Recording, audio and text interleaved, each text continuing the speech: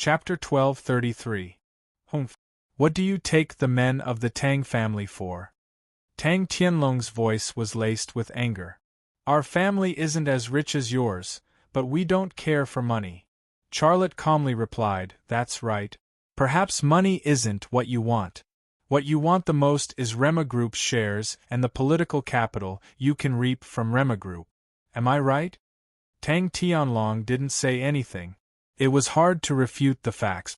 Charlotte continued, Actually, if you didn't use Yu Yan as a tool, if you didn't have so many things you want, I might have married her long ago.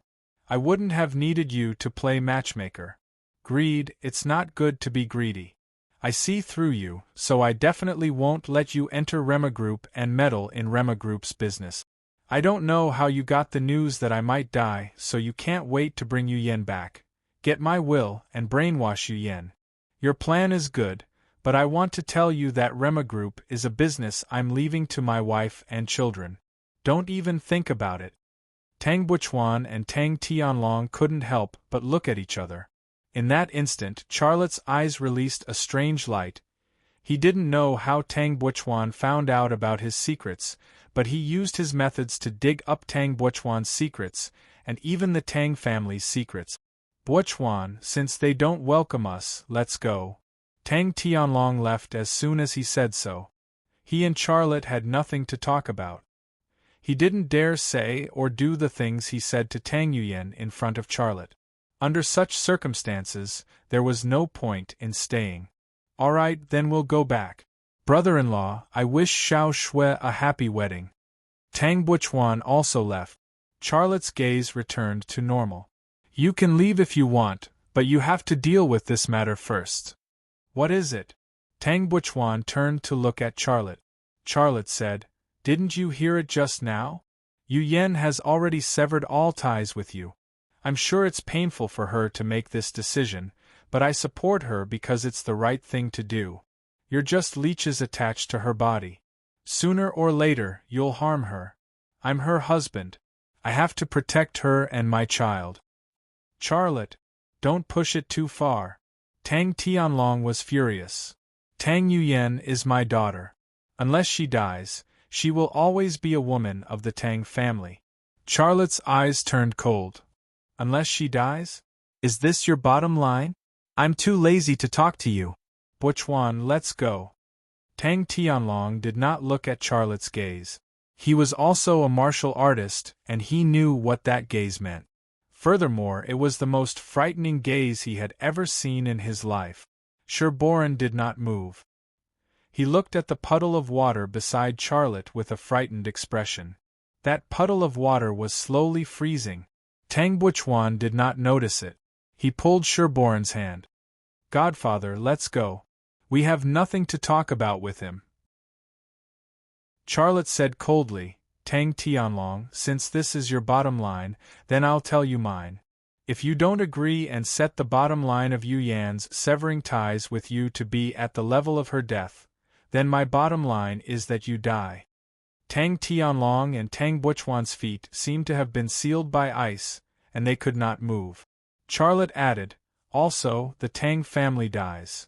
Tang Tianlong and Tang Buchuan turned around and looked at Charlotte. Their hearts were filled with anger and fear. When they were pressuring Tang Yuyan, they did not care about Tang Yuyan's feelings. Now, they felt what Tang Yuyan felt, and it was even more intense. Do not doubt my determination, and do not doubt my ability. Didn't someone tell you that I was going to die? Since you think I'm going to die, then why don't I get rid of you? Charlotte said. Tang Tianlong and Tang Buchuan were still speechless. Their previous arrogance was long gone. Charlotte took out an envelope from the inner pocket of his suit. You've prepared a resignation letter for Yu Yan, and I've prepared a contract for you. Sign it, and you can leave after you sign it. From now on, the Tang family will be the Tang family, and Yu Yan will be Yu Yan. You have nothing to do with each other. Don't come here again. The Peace Mansion and Rema Group do not welcome you. Kill me? Destroy the Tang family? Dream on. Let's go. Tang Tianlong turned around and left. He was a stubborn person, and also a man who valued his reputation as much as his life. How could he accept this kind of contract? Moreover, he would sign it under Charlotte's threat. That was no different from killing him. Brother-in-law, calm down. We'll go back first. Think carefully about whether this is the right thing to do. If the media finds out what you're doing, you'll be condemned by everyone, Tang Buchuan said as he caught up with Tang Tianlong. Charlotte suddenly said, Xiao Qian, stop them for me. A woman with big breasts suddenly appeared. She was blocking Tang Tianlong, Tang Buchuan, and Sherboran. She was wearing a black suit and a black skirt, matching flesh-colored stockings and white high-heeled shoes. She also had a pair of black rimless glasses on the bridge of her nose. This dress was simply like a female secretary in the workplace. People couldn't help but want to pinch her two hands. Charlotte was used to Super Xiaoqian's appearance, but the sudden appearance of Super Xiaoqian shocked Tang Tianlong, Tang Buchuan, and Sherboran. They all stopped in their tracks. Super Xiaoqian said in an extremely gentle and sweet voice, My master, I'm in the middle of a shower. Why did you call me out? Charlotte said, Be serious. Let's get down to business. Super Xiaoqian put away her seductive and flirtatious attitude. Her office lady uniform also disappeared and was replaced by a military uniform. It only took her half a second to turn from an office lady into a female general, and the expression on her face changed from spring to winter. If there was a device that could measure the temperature of her expression, it would definitely be negative 50 degrees Celsius. Tang Buchuan was the first to react. He shrugged and turned to look at Charlotte. A virtual woman? Brother-in-law, what do you want to do? Charlotte ignored Tang Buchuan and said to Super Xiaoqian, Now, investigate all the properties of the Tang family and the operation of their funds. If there are any problems, make a copy for me. Super Xiaoqian said, It's already in progress. It's estimated to take 3 minutes and 15 seconds. Tang Tianlong and Tang Buchuan's expressions suddenly changed. Sherboran said, Charlotte, I don't want to criticize you, but can you scare people with such a virtual woman and say such words? Sherboran's words seemed to remind Tang Tianlong and Tang Buchuan, and their expressions relaxed slightly. Brother-in-law, stop fooling around. The Tang family is not as dirty as you think. We're very clean, you won't be able to find anything, Tang Buchuan said. At this moment, a new 3D projection appeared in midair. It was information about a mining company under the Tang family. The data flashed quickly. Super Xiaoqian's investigation showed that this mining company illegally occupied farmers' farmland and state-owned forest areas. They also lied about their accounts and evaded taxes. More information about the Tang family's properties was dug up by Super Xiaoqian. There was nothing clean about it. Following Super Xiaoqian's actions, Tang Buchuan and Tang Tianlong's hearts sank and became colder and colder. If this information was leaked, the relevant departments would have to investigate. Once the investigation was done and the evidence was in the hands of the investigation team, the Tang family would have to pay a price and someone would have to go to jail. It was almost time for the wedding. Some guests came out of the Peace Mansion and walked towards the Holy Thunder Church in groups of 3 to 5. That's enough. Stop playing it. Tang Tianlong finally couldn't hold it in anymore. Tang Buchuan even rushed to the place where the data was displayed and waved his arms, wanting to destroy Super Xiaoqian's projection. Charlotte said coldly, Xiaoqian, transfer all the illegal income away and donate it to charity as a nameless person. That's billions of funds. Super Xiaoqian reminded. Transfer. Charlotte said. It started a second ago. Super Xiaoqian said. A new set of data appeared. It was the data and information of the fund transfer. Tang Tianlong and Tang Buchuan's phones rang nonstop. Both father and son took out their phones to check at the same time and their faces turned ashen. The Tang family's funds were flowing away at a terrifying speed. No. Tang Buchuan panicked. Stop. Stop.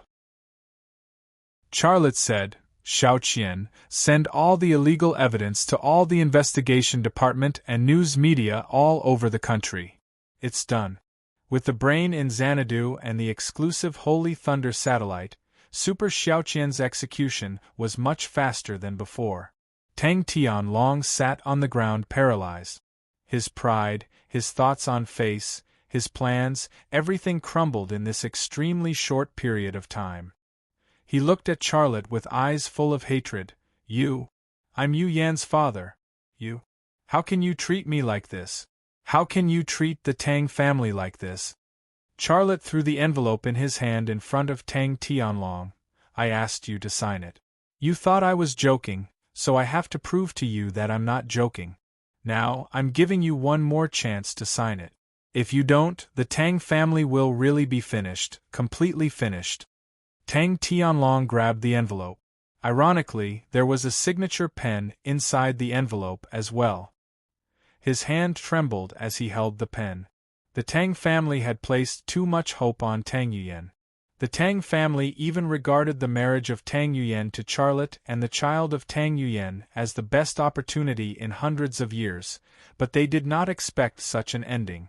As long as he signed, the Tang family would have suffered a double loss. Such an ending was undoubtedly a black comedy for the Tang family. Charlotte said, Xiao Qian, just take their money, I'll sign it. Tang Tianlong was about to be driven crazy. He grabbed the pen and signed the agreement to sever their relationship as father and daughter. Charlotte said, Xiao Qian, that's enough. Go back and take your bath. You're telling me to take a bath after using me. You men are so bad. Super Xiao Qian complained and disappeared. Charlotte walked to Tang Tianlong and took the agreement in his hand. He said, I can guess your ending. You'll be investigated and sent to jail. For Yu Yan's sake, I've left a trace of your family's existence.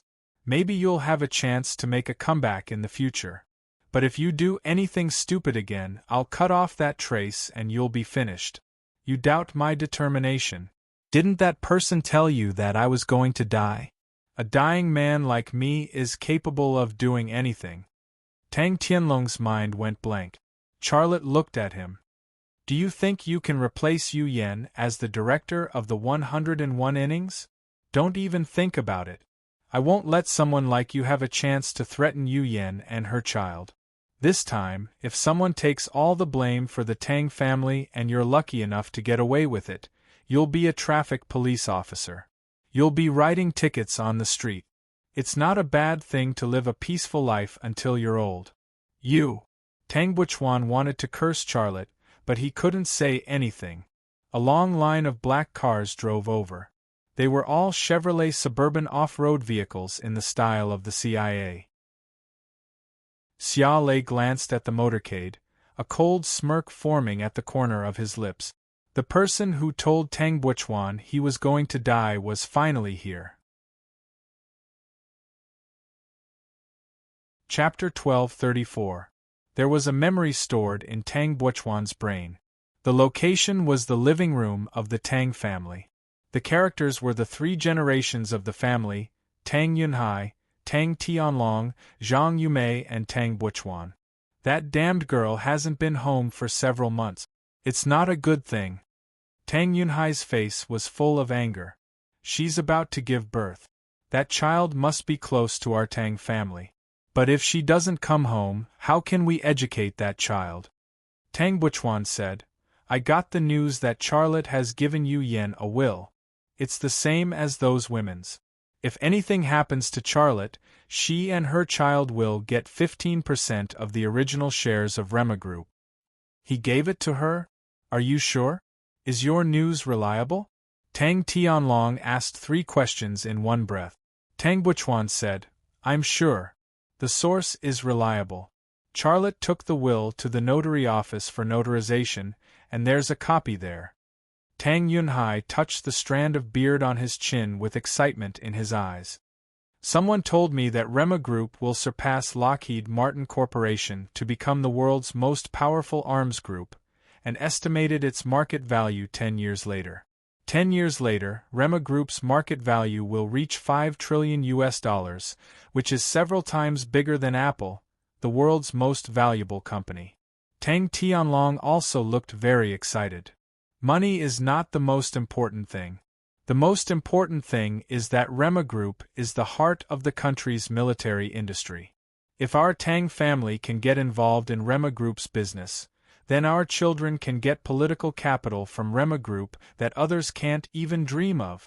Wealth and political capital were the standard of any ambitious man. Also, Tang Buchuan added when his grandfather and father were most excited. He also gave Yu Yen $40 billion in savings. That money is in a Swiss bank. Zhang Yumei was surprised. $40 billion? Tang Buchuan nodded. Yes, $40 billion. Oh my God! Zhang Yumei patted her chest and said, even if we sold all the assets of the Tang family, we wouldn't have $40 billion. That kid actually gave our Yu Yen $40 billion so casually. How much money does that kid have? No one knows, but I think it's at least $500 or $600 billion, Tang Buchuan said. Tomorrow. After a short silence, Tang Yunhai said, bring that damned girl back to me in any case. I want the will and the deposit slip in our hand. Tomorrow, Charlotte's daughter will be getting married. That will be an opportunity. I will personally bring her back. Tang Tianlong said. Ding ling ling, ding ling ling. Tang Buchuan's phone suddenly rang. He took out his cell phone and glanced at it. It was an unfamiliar number. He hesitated for a moment before answering the call. Who is it? A voice came from the phone. Mr. Tang, I have good news for you. Who are you? What good news? Charlotte is about to die. That's why he made a will for his woman. Are you kidding me? Trust me. I'm telling the truth. Why should I trust you? Because I'm his enemy. The enemy of my enemy is my friend. I want him dead, and you want his assets. We can cooperate. I don't even know who you are. How can I cooperate with you? Tomorrow, I will appear at Xia Shui's wedding. We can talk then. Trust me, our cooperation will be a win-win situation. That was the end of the call. The members of the Tang family looked at each other in confusion. They clearly didn't understand what was going on. This was Tang Buchuan's memory. The person who called Tang Buchuan didn't mention his name, but Charlotte could tell from the voice in Tang Buchuan's memory that it was the voice of the CEO of Lockheed Martin Corporation, Kirsten. For Kirsten, Tang Buchuan was indeed a valuable partner because his sister was Tang Yan. Now Kirsten was here. Behind him was a large group of CIB agents and his own bodyguard. There were hundreds of people in his entourage. This was even bigger than the visit of the President of the United States to China. Charlotte left Tang Buchuan, Tang Tianlong, and Sherboran behind and walked slowly toward Kirsten. Behind him, China's special forces and the elites of the rescue organization followed Charlotte at the same time. There were more of them. This kind of scene often appeared in gangster movies. Two big brothers brought their brothers here to negotiate, and if they didn't agree, they would start a fight. The two men stopped and faced each other. Mr. Kirsten. Charlotte had a smile on his face. Welcome. Kirsten took out a gift box and handed it to Charlotte. Mr. Xia, I learned that today is your sister's wedding day, so I came in a hurry. I just randomly picked a gift. I hope you can give it to your sister. I also hope that your sister likes my gift.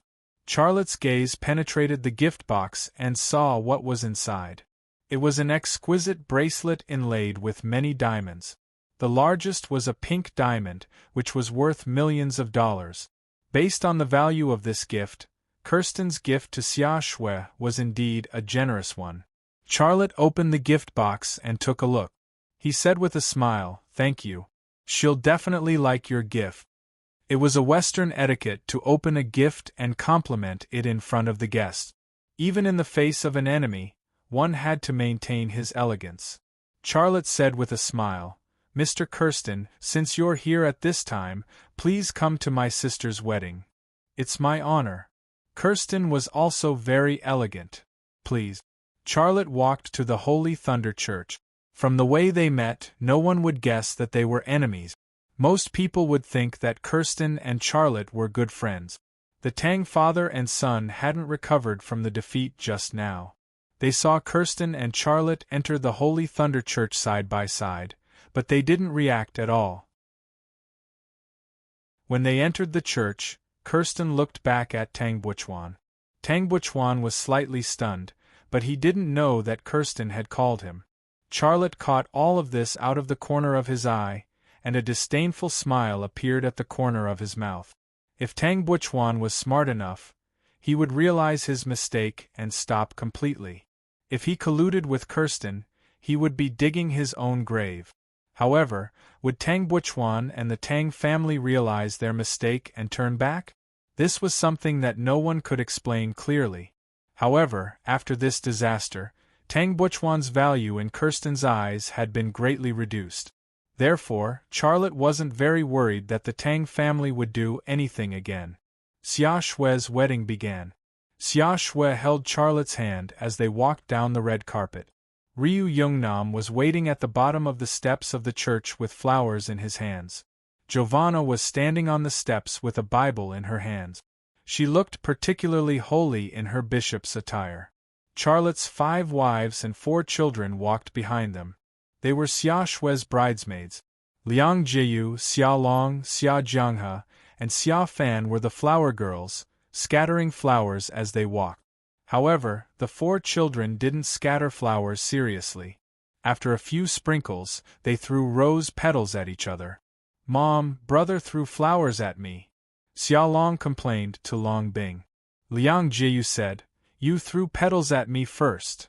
The 2 boys began to quarrel back and forth. Liang Xiao and Long Bing had a headache. They looked at each other with a bitter smile, and began to teach their children a lesson.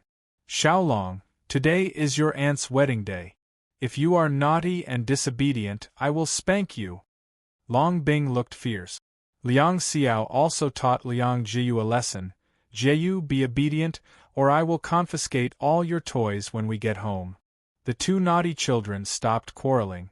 However, just as the 2 brothers made up, the 2 girls, Xia Jianghe and Xia Fan, quarreled again. The reason for the quarrel was that there were more petals in the flower basket in Xia Jianghe's hands than in Xia Fan's. Jiang Rui and Fan Fan also had a headache. They didn't know how many times they had to persuade such quarrels in a day. "Honey, take care of the children. They can't stop quarreling." Fan Fan asked Charlotte for help. Charlotte looked back and laughed. "If they want to quarrel, then let them. It's better if it's lively. The children are spoiled by you." Jiang Rui looked dissatisfied, but she was very happy in her heart. The whole family walked to the church in such a lively manner. At the end of the red carpet, Ryu Yungnam looked nervous, but his face was full of expectation. He didn't marry Xia Shui because she was Charlotte's sister, but because of love. He loved Xia Shui deeply. The guests stood on both sides of the red carpet to watch the ceremony. Some applauded, some took pictures with their phones, and some discussed. "Did you see that? That's Charlotte's 5 wives. Wow, each is more beautiful than the last. Yeah, it's worth it to be a man like him. I don't know how he got these women. He has 5 wives, but the scene looks so harmonious. He's really a role model for men. Does Charlotte need to chase women if he wants to marry? Childish. He can get any woman he wants. That's right. Does a man like him need to chase women? If I were a woman, I would want to marry him. Ha ha ha. Are those his 4 children? I heard they're all very smart." "They're his children. Look, they can walk at such a young age. Those children are the future owners of Rema Group. Reincarnation is really a skill." The sounds of discussion filled the air, and the entire scene was filled with joy and excitement. Kirsten was also standing in the crowd. He looked expressionlessly at Charlotte and his family as they walked through the red carpet. His gaze moved to the 5 women behind Charlotte and finally stopped at Tang Yuyan's big belly. He did not know why, but the image of Charlotte and Eva appeared in his mind, and a ball of hatred ignited in his eyes. He couldn't forget what happened in Nigeria. Charlotte killed Charlotte and even almost killed him. If Zhu Xianwei didn't act in time, the grass on his grave would be a foot deep. Charlotte, you forced me to come to China to talk to me. What do you want to talk to me about? There was a cold voice in Kirsten's heart. I don't want to talk to you. I just want you to die. A CIA agent handed a satellite phone to Kirsten. Kirsten picked up the phone. 3 seconds later, he said, I've arrived at Rema Group. There's no danger for the time being. Keep all the fighter jets and bombers in combat mode. The Dragon Slayer project has officially started. Chapter 12:35. At the end of the red carpet, Charlotte handed Xia Shui's hand over to Ryu Yungnam. At the moment when Ryu Yungnam took Xia Shui's hand from his hand, he felt as if he had lost something, and there was a little emptiness in his heart. He and Xia Shui depended on each other since childhood. He was her brother, but he also played the role of a father. He tore up the university notice for her and went to the construction site to work to earn money, support his family, and support her education. During that time, he was reluctant to eat and wear, but he always bought delicious food and beautiful clothes for Xia Shui. Although that period of time was poor and bitter, he felt that it was the happiest and most secure days of his life. Now, he became the richest man in the world, but that sense of security was gone. Was being rich happy? No, it wasn't like that. Now, Xia Shui grew up and got married. Ryu Yungnam would replace his role to take care of Xia Shui, love her, and protect her. He should be happy, but there was a hint of sadness in his heart besides happiness. When Ryu Yungnam took Xia Shui's hand and walked into the hall of the Holy Thunder Church, Xia Shui looked back at Charlotte. Her eyes were full of gratitude and love. Charlotte smiled, but there were tears in the corner of his eyes. Long Bing and Liang Xiao reached out their hands at the same time. One and a half wiped away the tears in the corner of Charlotte's left eye, and the other wiped away the tears in the corner of his right eye. Ka, the electronic flash flashed, and this warm and loving scene was captured by the reporters. Tomorrow's newspaper and web page would definitely have photos of Long Bing and Liang Xiao wiping away Charlotte's tears. What are you crying for? Today is a good day. Don't cry, said Long Bing. You see, we are all photographed, and we are going to be in the headlines tomorrow. You are such a big man. Don't cry, said Liang Xiao. Charlotte smiled. Let's go in. The whole family walked into the church, followed by the guests. The church was overcrowded. The violinist began to play the Ave Maria, and the music echoed in the church, holy and festive. Xia Shui and Ryu Yungnam knelt on the stool and worshipped God. Giovanna sprinkled holy water on Xia Shui and Ryu Yungnam. After the prayer, Giovanna began to preside over the wedding. She asked Ryu Yungnam in Chinese with a foreign accent, in the name of the Virgin Mary of the Church, are you willing to marry Xia Shui as your legal wife? Ryu Yungnam replied, I'm willing. Giovanna asked Xia Shui, in the name of the Virgin Mary of the Church, are you willing to marry Ryu Yungnam as your legal husband? Xia Shui replied, I do. Giovanna held Ryu Yungnam's and Xia Shui's hands together and guided Ryu Yungnam and Xia Shui to read the wedding vows. Next, the priest asked the bride and groom to hold each other's right hand. Under his guidance, the bride and groom read the following vows to everyone. Ryu Yungnam, I, Ryu Yungnam, am willing to marry Xia Shui as my legal wife. I swear that from today on, no matter what the situation is, poor, rich, healthy or sick, I will always love you and never break my vows. Xia Shui, I, Xia Shui, am willing to marry Ryu Yungnam, am willing to marry Xia Shui as my legal husband. I swear that from today on, no matter what the situation is, poor, rich, healthy or sick, I will always love you and never break my vows.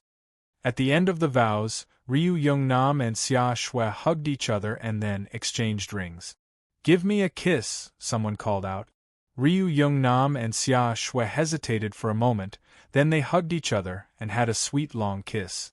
After all, this was China. It was inevitable to play tricks on the bride and groom. It was inauspicious not to do so. This was the custom.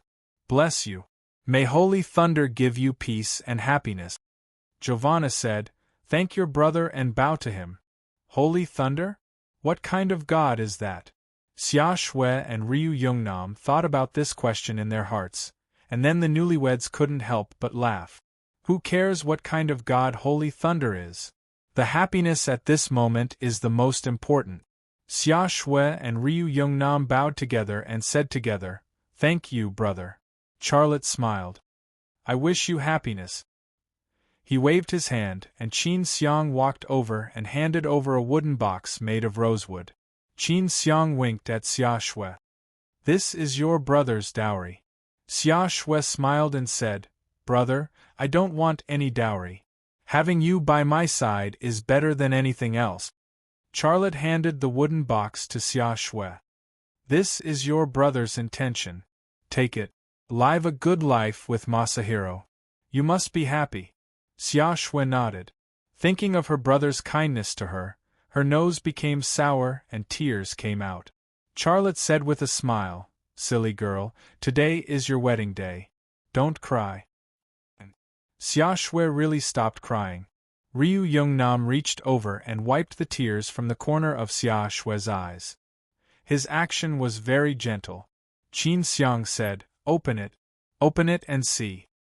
Open it and see. Someone in the audience shouted. Many people were looking forward to the moment when the box was opened. After all, what kind of dowry would the world's richest man give his sister? This itself was a hot news.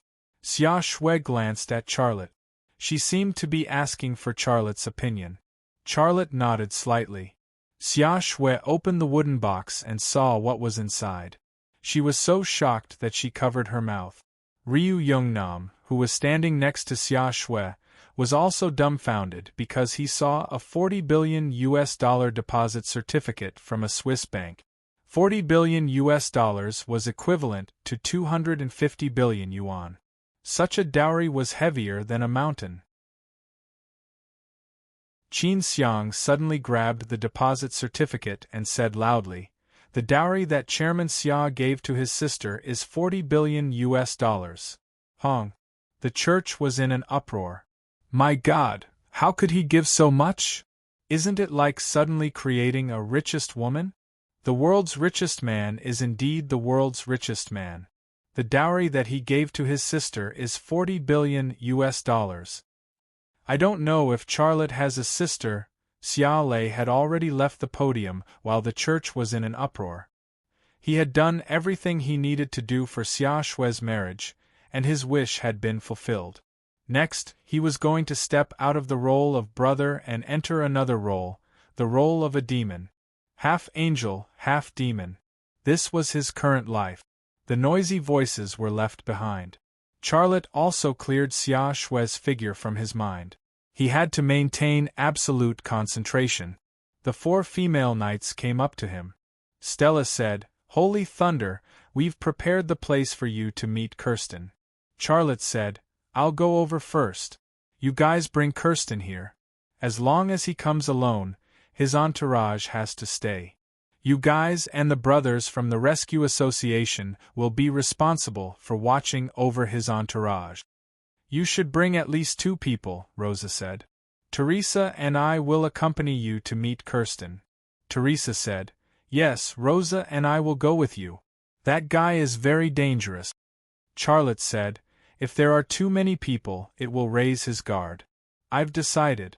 Let's do it this way. Rosa and Teresa still wanted to say something, but Giovanna stopped them. Giovanna said, This is our territory. Kirsten won't dare to act recklessly here. Let's just follow Holy Thunder's plan.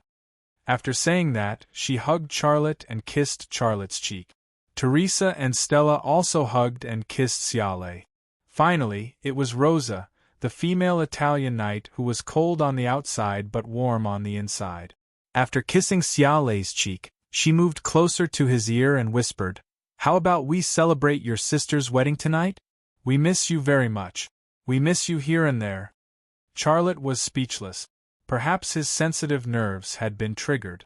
Charlotte reached out to grab Rose's big white lump that was wrapped in cloth and squeezed it hard. "Ouch!" Rosa cried out in pain. Her brows furrowed and her expression was one of pain. She opened her mouth and intentionally blew hot air into Charlotte's ears and neck. An itchy feeling came, and a faint fragrance assaulted his nostrils. Charlotte's body instantly reacted, and he quickly let go of Rose's big white lump's hand. His intention was to tease her, but in the end, he was still the one being teased.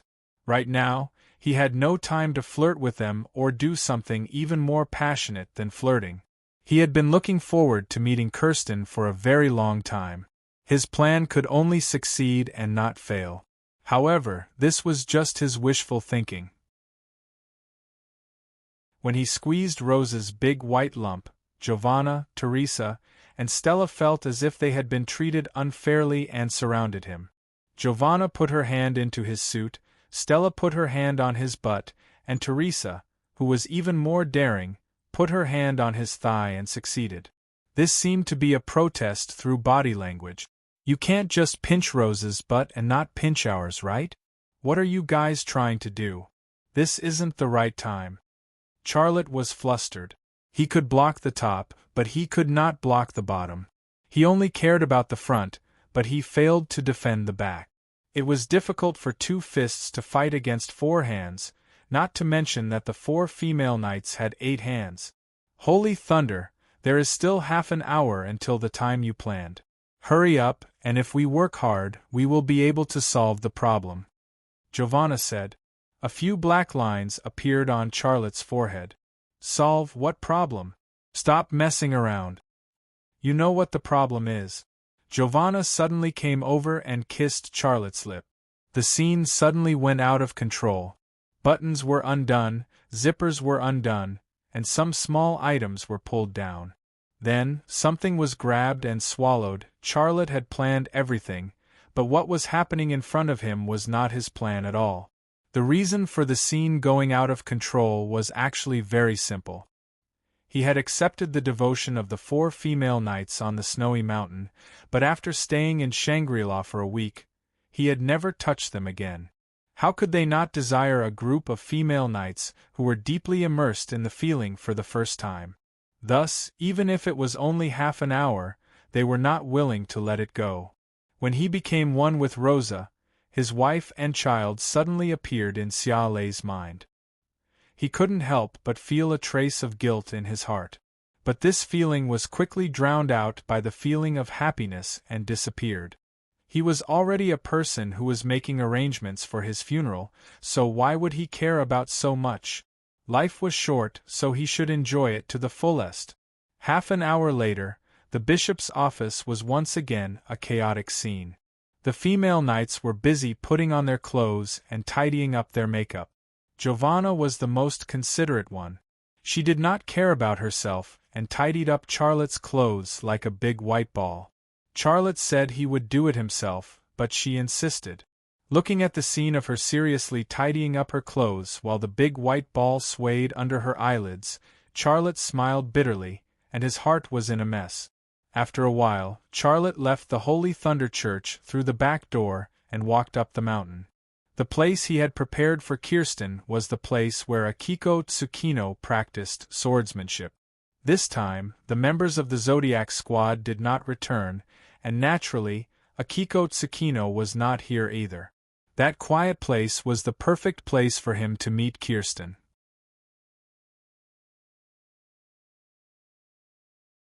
Chapter 1236. The forest was silent. The north was cold, and the birds had flown to the south for the winter. There wasn't even the sound of a bird chirping in the huge forest. Only the trees that had lost their leaves were lifeless. Charlotte stood at the edge of the frozen pond and looked at the surging water under the ice. His thoughts drifted far away. Many people and things appeared in his mind. Zhu Xianyue, the prehistoric one, Xia Changhe, peaceful Gu Qian, Kirsten. the world box with a missing corner, the prehistoric one, the crystal skull, the AE capsule. These people and things had become a part of his life and couldn't be separated. The prehistoric one had set a deadline for him, and now there was only half a year left. Before that day came, he had 4 wishes. The first was to research and build the world's most powerful fighter and bomber for China. Now the Hades fighter and the Kuanping bomber were being produced by Rema Group. It wouldn't be long before the prototype appeared. This wish was fulfilled. His second wish was to arrange the lives of his wife and children. He made a will and left a large amount of money. He didn't have to worry about the lives of his wife and children for the rest of their lives. They would live a good life.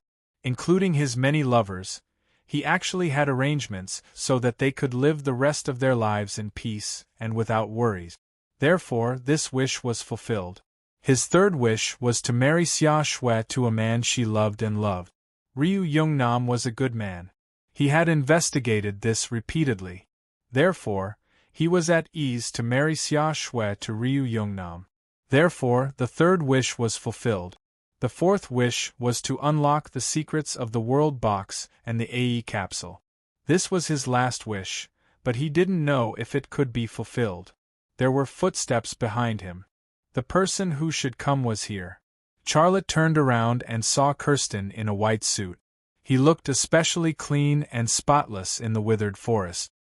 His hairstyle was neat and tidy even when the cold wind blew against it.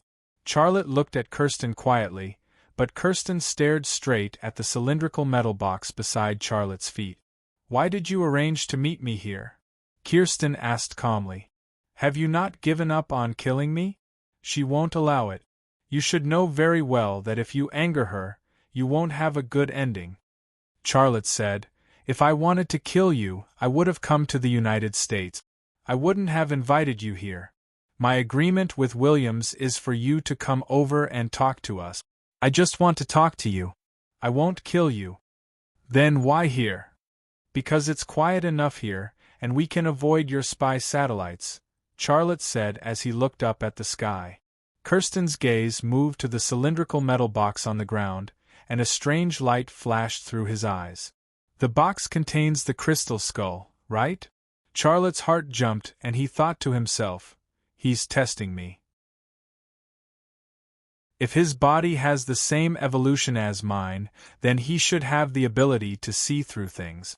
Like Zhu Xianyue, he should be able to see what's inside the box with a glance. There's no need to ask him at all." Even though he thought this, his expression didn't change. "You're right." Kirsten also looked up at the sky. The crystal skull can interfere with the transmission of signals, and it can also interfere with the reconnaissance of satellite. This is a mystery. "You've had the crystal skull for a while, what did you find?" "I didn't find anything," Xiaolei said. Kirsten walked toward Charlotte and stopped in front of Charlotte. "You invited me here from the United States. What do you want to talk to me about?" "A lot." Kirsten's lips curled into a disdainful smile. "I don't like to guess riddles. If you don't have anything to talk to me about, I'm going back to the United States now. Don't you want to see the crystal skull?" Charlotte wanted to say something, but he stopped. Kirsten's expression changed slightly, and his gaze fell on the cylindrical metal box for the third time. His eyes were filled with excitement. "You're talking about that thing?" "There's only the two of us here, so there's no need to hide it," Charlotte said calmly. "You're talking about the world box, right?" Kirsten nodded. "The crystal skull, the world box. Do you want to see it?" Kirsten nodded again. Charlotte said, "I can let you see it, and I can also share my research results with you, but it's not unconditional." Kirsten shrugged.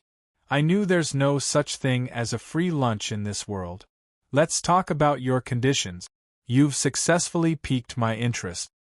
It's not complicated. Before I tell you my conditions, I want to be clear about one thing." "What is it?" "Should I call you Kirsten or Da Vinci? How did you come to this world?" Charlotte's eyes stared straight at Kirsten. In that instant his gaze changed. It was cold and devoid of human emotion. It looked normal, but if one looked closely, one would notice that his pupils were turning black. His eyes were like bottomless black holes in the universe. Kirsten was stunned. Say it. Charlotte moved his gaze away and looked at the cylindrical metal box. You know everything about me, but I don't know you. I believe you should have this much sincerity, right? Just now you. Kirsten looked at Charlotte suspiciously. Charlotte shrugged. Just now, what did I do? It was not that he did not do anything. Just now, he had awakened the mysterious energy in his body and tried to steal information from Kirsten's brain. He had done this once in the underground pyramid in the forest of no return in Nigeria, but he had failed that time. He had not been able to steal any information from Kirsten's brain. The reason he had tried this time was because he had already eaten on a large scale twice, and was much stronger than before. However, he still failed this time. Nothing. Charlotte said, Then tell me. Kirsten said, Then open the box for me to take a look. If there's something else in the box, won't I be fooled by you? Charlotte opened the lid of the cylindrical metal box and revealed a corner of the crystal skull. A gentle and pure light was released from the cylindrical metal box. However, he only revealed it for a moment before he closed the lid again. The light disappeared, and the breathtaking glimpse just now was like an illusion. Where's the box? Kirsten could not hide the excitement and greed in his eyes. Charlotte saw this but remained calm. Don't be too greedy. The box is just below the crystal skull. Answer my question, and I will give you the crystal skull and the world box. You can touch them. Kirsten was silent for a moment before saying, It doesn't matter if I'm called Kirsten or Leonardo da Vinci. You can call me Kirsten, and you can also call me da Vinci. Does it matter? Don't try to trick me. Kirsten shrugged. All right. Da Vinci died a long time ago, but Isotab used technology from another world. That's how I was born. Not only did Isotab extract the tissues from every part of Da Vinci's body, he even extracted the genetic chain. Therefore, the person standing in front of you is a 100% replica of Da Vinci. I have his best appearance and body structure. Also, because of Isotab's technology, I am smarter than him. Da Vinci could not create a dragon slayer, but I can. This was Kirsten's answer. After getting this answer, Charlotte did not know whether to call him Kirsten or Da Vinci. He was silent for a moment before saying, Then do you still remember Da Vinci's memories? I mean, the things that you experienced during the Renaissance. Kirsten shook his head. Then do you still have feelings for Isotab? Kirsten looked at Charlotte with a strange gaze. What do you mean? Charlotte said, I've seen the notebook that Da Vinci left behind in the underground labyrinth. He wrote a lot about himself and Isotab in that notebook. He fell in love with Isotab. You said that you are a replica of Da Vinci. Do you have those feelings for Isotab? Ha ha ha, what are you laughing at? So you are such a boring person. Kirsten's lips curled into a disdainful smile. Stop beating around the bush. You can go to hell with your sincerity. We are not friends, we are enemies. What do you want from me? Just say it. If I think it's okay, we can make a deal. If not, I'll say goodbye to you. Charlotte kicked the cylindrical metal box between him and Kirsten. Then tell me, did the prehistoric one also master the technique to resurrect you from Isotab? This was one of the reasons why he had asked Kirsten to come here. This was related to someone very important to him, Xia Changha. The prehistoric one? Kirsten's gaze seemed to penetrate Charlotte's brain. Charlotte laughed coldly. As your assistant, Isotab wanted to resurrect you even after you died. Don't tell me you don't know about the prehistoric one. I know him, Kirsten said. Kirsten said, only that was his prehistoric name. Isotab had another name for him, Kasha. That is his original name. In Isotab's language, this name means Apostle of Darkness. Kasha? Apostle of Darkness? This was the first time that Charlotte had encountered the real name of the prehistoric one. The translation of Apostle of Darkness had touched his nerve. He seemed to have thought of something, but it was only a vague feeling that he could not grasp. Don't ask me why I have such a translation. I don't understand the language of Isotab's world. Alright, I've told you the answer you want. I'm going to pick up the box now. Kirsten reached for the cylindrical metal box. Xia Lei stepped on the cylindrical metal box with one foot. You're going back on your word? Anger appeared in Kirsten's eyes. I'm not going back on my word, Charlotte said. You've ignored the most important part of my question. Tell me, did Kasha Ruiz master the technique to resurrect you from Isotab? Kirsten stood up straight. Can you tell me why I have to get to the bottom of this? Charlotte shook his head. No. All right, I'll answer your question, but I have to tell you that this is the last question I'll answer. Kirsten had lost his patience. Charlotte moved his foot away from the metal box.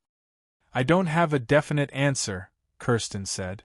However, I can tell you that Kasha Ruiz and Isotab have been fighting for thousands of years. They study everything about their opponents, learn from them, and then turn their opponents' abilities into their own. You can imagine it yourself. If you had an opponent and you studied him for thousands of years, what would you find? This was indeed not a definite answer, but it was also a very obvious hint. It was no different from a definite answer. What kind of concept was it for a person to study an opponent for thousands of years? Forget about the opponent's habits, weaknesses, and abilities. He would probably know how many strands of hair his opponent had. The prehistoric one had studied Isotab for thousands of years. How could he not know what abilities Isotab had? If he had 1,000 years to study, would he not be able to learn that skill? The image of his father, Xia Changhe, suddenly appeared in Charlotte's mind. He felt like he understood something, but he was not willing to believe it. The truth was still hidden in the darkness. When would the ray of light that he had been waiting for arrive? Kirsten reached out and picked up the metal box.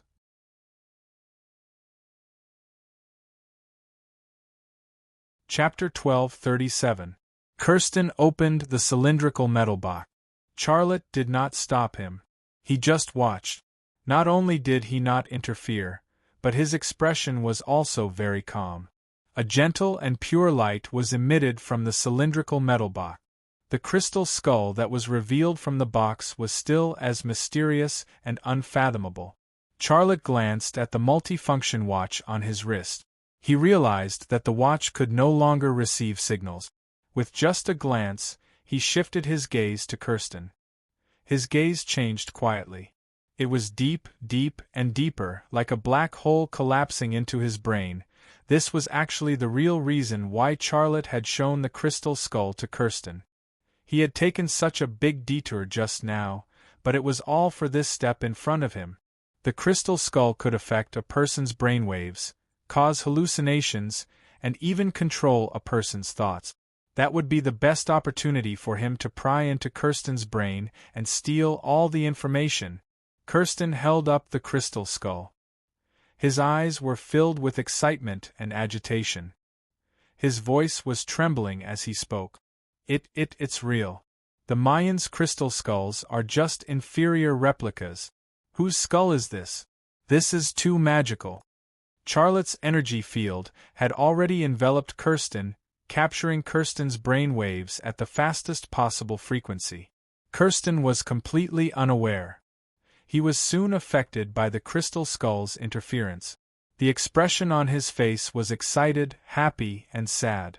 Charlotte's brain suddenly vibrated slightly. He had finally captured Kirsten's brainwave.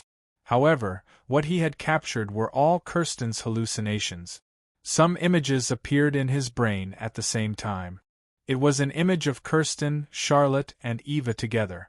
Charlotte and Eva were naked. One was riding on his waist, and the other was sitting on his chest. The image was extremely filthy. These illusions made Kirsten very excited. However, the image that appeared next was hard to accept. The skin of Charlotte, who was sitting on his waist, started to fall off. She turned into a person infected with the hellhound virus. Then it was Eva. Eva also became infected with the hellhound virus.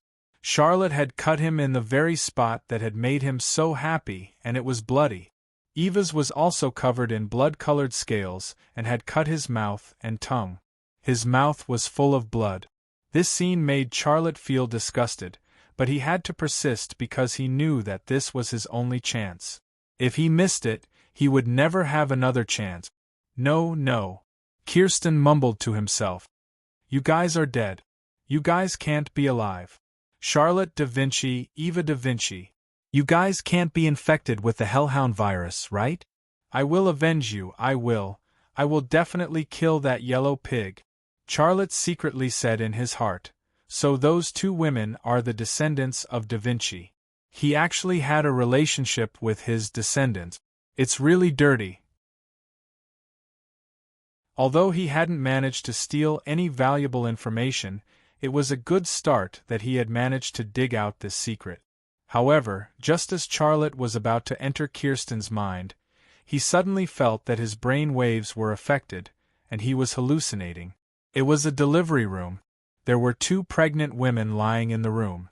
One was Tang Yuyen, and the other was Shintu Tianyin. The gynecologist was delivering them. They were in pain. They were breathing heavily and screaming loudly. Their faces and bodies were covered in sweat.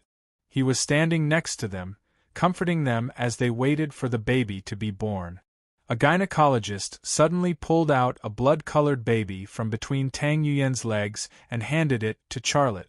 The blood-colored baby suddenly opened its mouth and bit Charlotte's neck. This can't be real. Yuyen and Tianyin aren't in labor yet.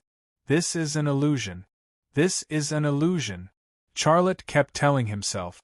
At that moment, his brain trembled violently again. Then, he felt like he was falling rapidly. He felt like he was falling from a plane, and he would soon be smashed into pieces. The ground really did appear. It was a ground covered in withered grass. Boom! Charlotte screamed in terror. Then, his vision suddenly turned dark. The feeling of falling rapidly disappeared, and the darkness extended endlessly before his eyes. This place was like hell, and he could not feel his body. Am I dead? Is this real or an illusion? Charlotte had no idea. He subconsciously walked forward, and then he started running. He ran with all his might. He ran as fast as he could, but his feet made no sound. This dark world seemed to have no end, and it was strangely flat. There was not a single rock. Xia lay stopped in his tracks. After venting the fear in his heart, he calmed down and thought to himself, "What's wrong with me? This isn't real. This is an illusion. I used the crystal skull to plot against Kirsten, but I will also be affected. It's not that the crystal skull didn't affect my brain waves in the past, but it wasn't as strong as this time. Is it because I have consumed a large amount of the brain energy of the hellhound virus-infected people? The stronger I am, the greater the effect of the crystal skull on me?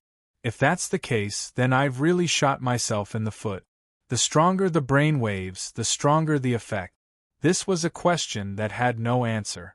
However, just as Charlotte was analyzing his current situation, the darkness before his eyes suddenly receded like a tide. Light appeared in the dark space, and then it lit up. The scene before his eyes changed, and it turned into an old tomb. A familiar figure appeared in Charlotte's vision. Isatab, the goddess of suicide from another corn, Zhu Xianyue. There was another person, Kirsten. Kirsten was lying on a cold operating table. Beside him were glass containers, catheters, and other things that he had never seen before. His eyes were wide open, and he stared at Zhu Xianyue like he was looking at his mother. Zhu Xianyue touched his forehead, and the action also looked like a mother's. This scene was obviously Kirsten's birth.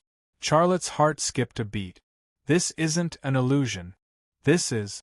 I've invaded Kirsten's brain, and this is his memory. This was indeed Kirsten's memory.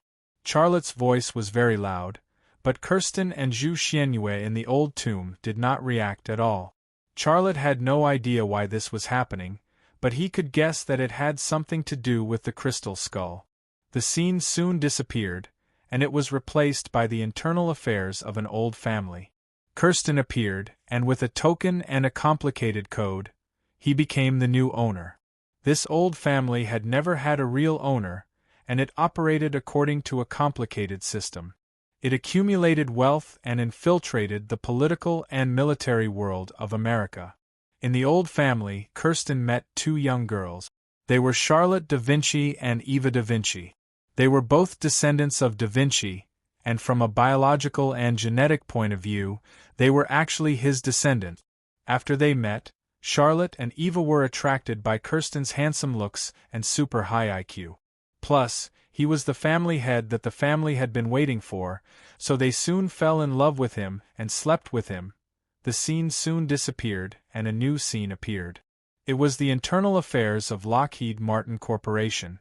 Because of the Da Vinci family's shares in Lockheed Martin Corporation and their influence in the political and military world, Kirsten easily replaced the original CEO and became the CEO of Lockheed Martin Corporation.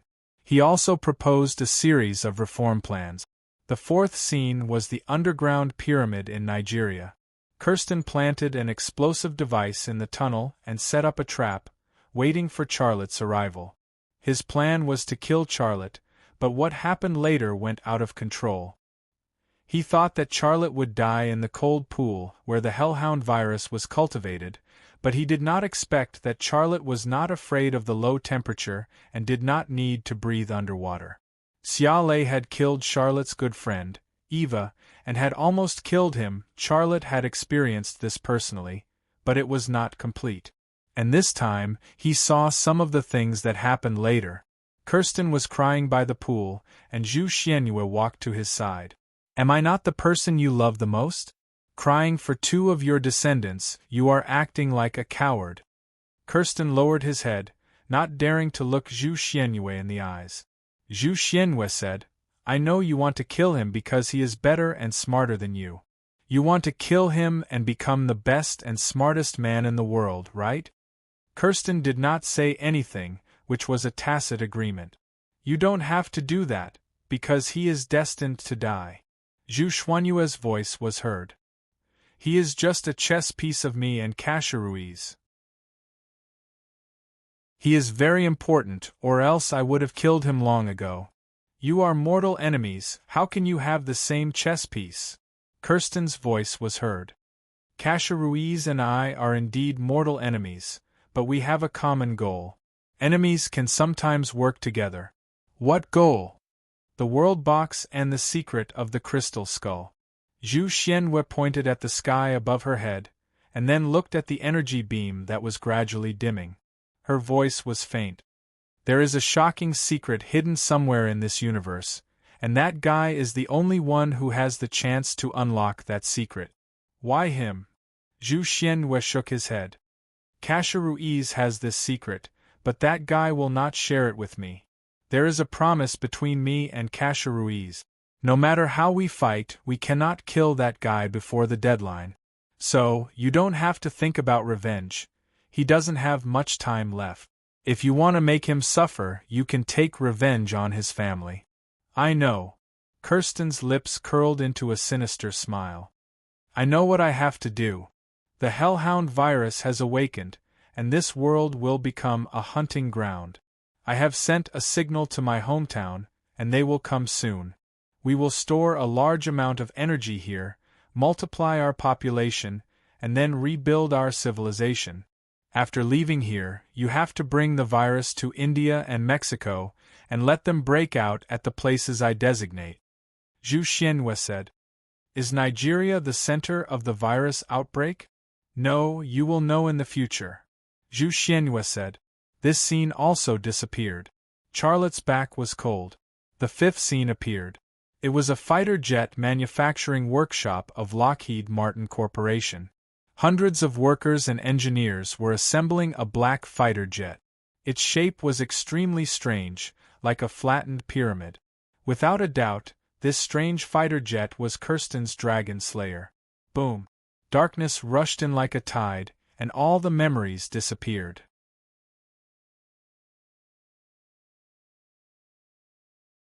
Chapter 12:38. Darkness fell again, and the whole world suddenly became silent, deathly silent. Why am I back here? Could it be that the crystal skull is still affecting me? Xiaolei was surprised and curious. After thinking for a while, he started to run again. Perhaps this was the only way to escape from the illusory world created by the crystal skull. Run, run, run. There were no footsteps, no sound at all. Charlotte did not feel tired. Running in this illusory world, this kind of intense exercise did not even consume any energy. He had a feeling that he could run like this forever, until the end of his life. After an unknown amount of time, a light appeared in front of him. It appeared in the darkness like a bolt of lightning that cut through the darkness, giving people a very shocking feeling. I think I've seen something like this before. Is that the exit? Charlotte ran over, his heart filled with vigilance and awe. The light became brighter and brighter, and finally became a door made of light. It was very strange. It did not have a specific shape. If you thought it was square, it would be square. If you thought it was round, it would be round. If you thought it was arched, it would be arched. In short, the language in this world did not seem to be able to accurately describe it. Charlotte did not rush into the light door like last time. Instead, he stopped in front of the light door. This time, he saw very clearly. The light door was not a door, but a vortex made of extremely pure white light. It slowly spun in this dark world. He could not see what was inside it, nor could he see what was behind it. This light vortex had a very ancient aura, as if it had existed since the birth of the universe. The power of time was insignificant to it. Charlotte reached out a hand and slowly reached toward the white light vortex. He wanted to test what would happen if he touched the white light vortex. There was a certain degree of danger, but he could not control his curiosity. Although he maintained enough vigilance, the moment his finger touched the white light vortex, he seemed to see a face hidden in the white light vortex, a shining face. He could see the outline of the face, but he could not see the details of the face. At that moment, an irresistible suction force appeared and instantly pulled him in. Then, all he could see was a vast expanse of whiteness. There was only pure white, and nothing else could be seen. His entire being seemed to have been purified, leaving nothing behind. That strange face seemed to be entwined with him. He didn't know why, but he didn't feel afraid. Instead, he felt a sense of familiarity and intimacy. Boom! With a tremor, all the illusions disappeared. Natural light poured down from above, it was so real. The wind from the grotto heaven blew past his cheeks, bringing with it a cold feeling. It was so real. Xiaolei stood there in a daze, motionless. Kirsten was right in front of him, holding the crystal skull like a fool. However, his mind was not on Kirsten at all. His mind kept thinking about the vortex formed by the white light and the mysterious face hidden in the vortex. Whose face was that? Why was he inside the vortex formed by the white light? Was he a living person, or an illusion that didn't exist, or was it an illusion? Why did he have that strange familiar and intimate feeling? All these questions appeared in Charlotte's mind at once, but he couldn't even figure out a single one of them. After almost 5 minutes, Charlotte came back from his thoughts. He looked at Kirsten, looked at the crystal skull in Kirsten's hand, and was thinking about how to end this matter. Now that things had progressed to this stage, he had actually achieved his goal.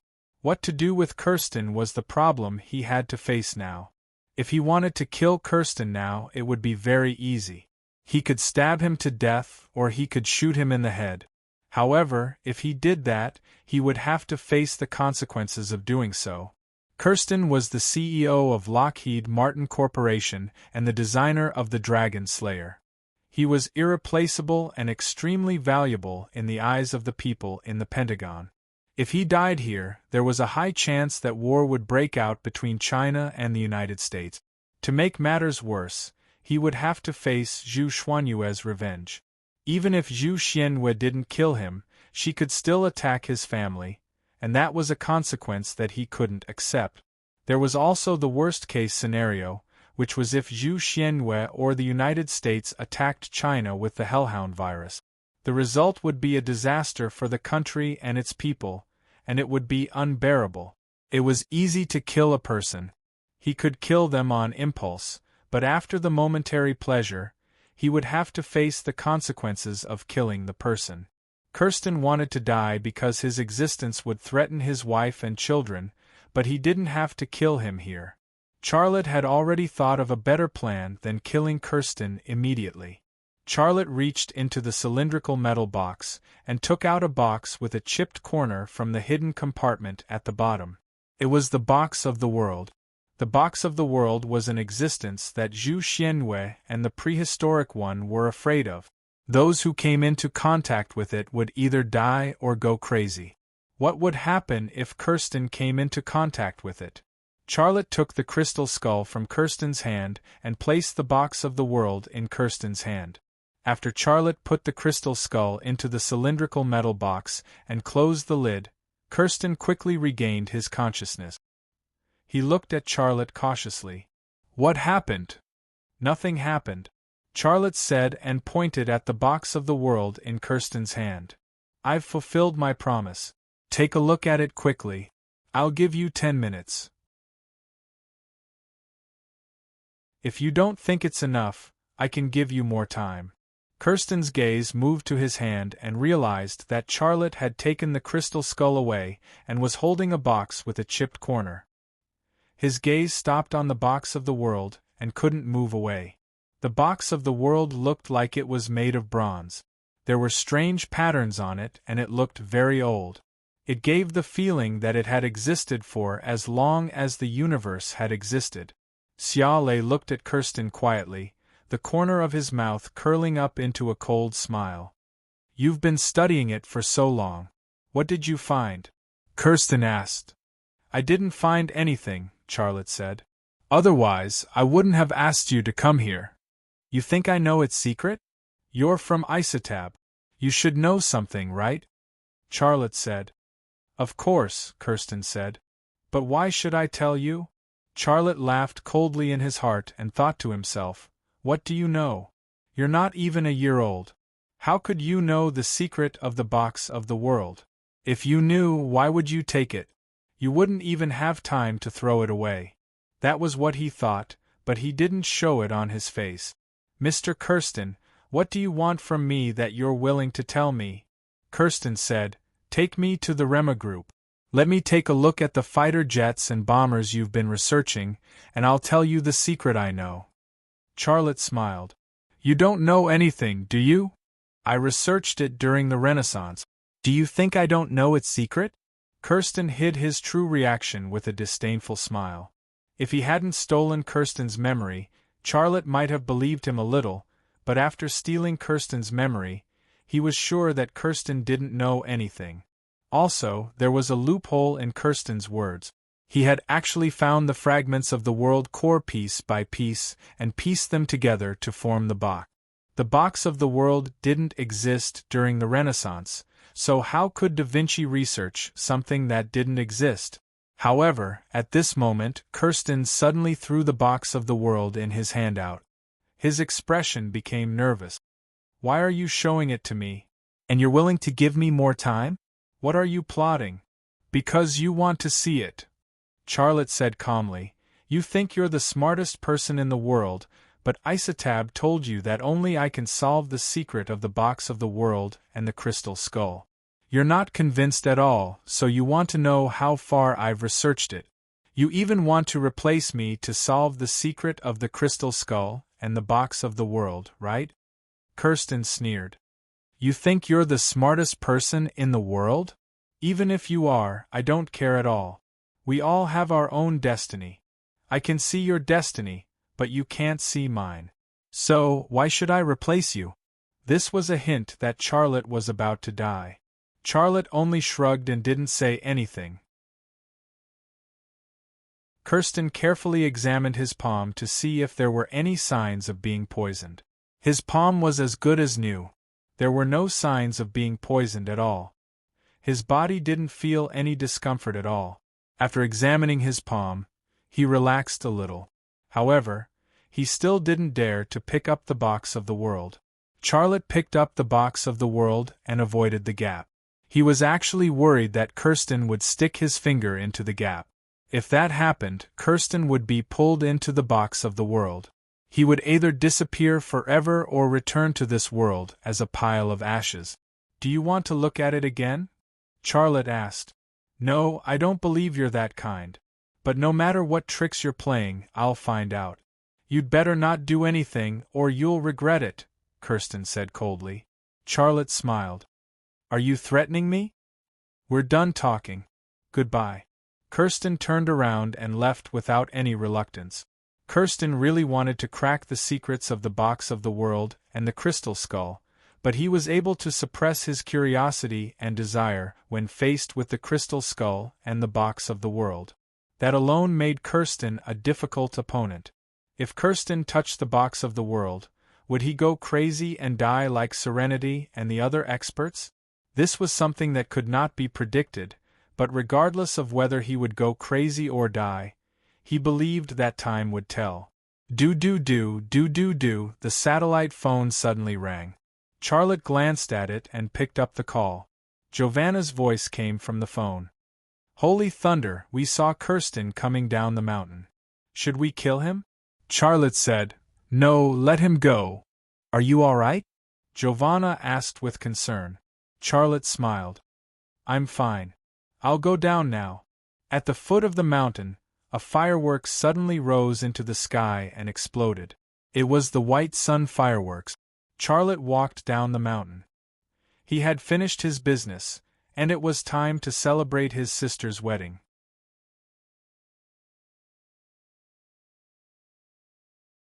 Chapter 1239.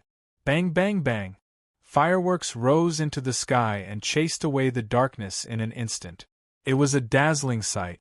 It wasn't just Xia Shui's wedding day, but the first day of the new year as well. It was only natural for fireworks to be set off on such a day. The children of Whitestag swarmed the place and made a lot of noise, adding to the festive atmosphere of Peace Lodge. Charlotte was a generous man. He had already given the order that anyone who came to see the fireworks or congratulate him, be it the elderly or the children, would be given a red packet of 1,000. Now that he was rich, he couldn't forget about his fellow villagers. Peace Lodge was filled with a joyous atmosphere. Xia Shui's classmates and Ryu Youngnam's relatives and friends were having fun in the bridal chamber.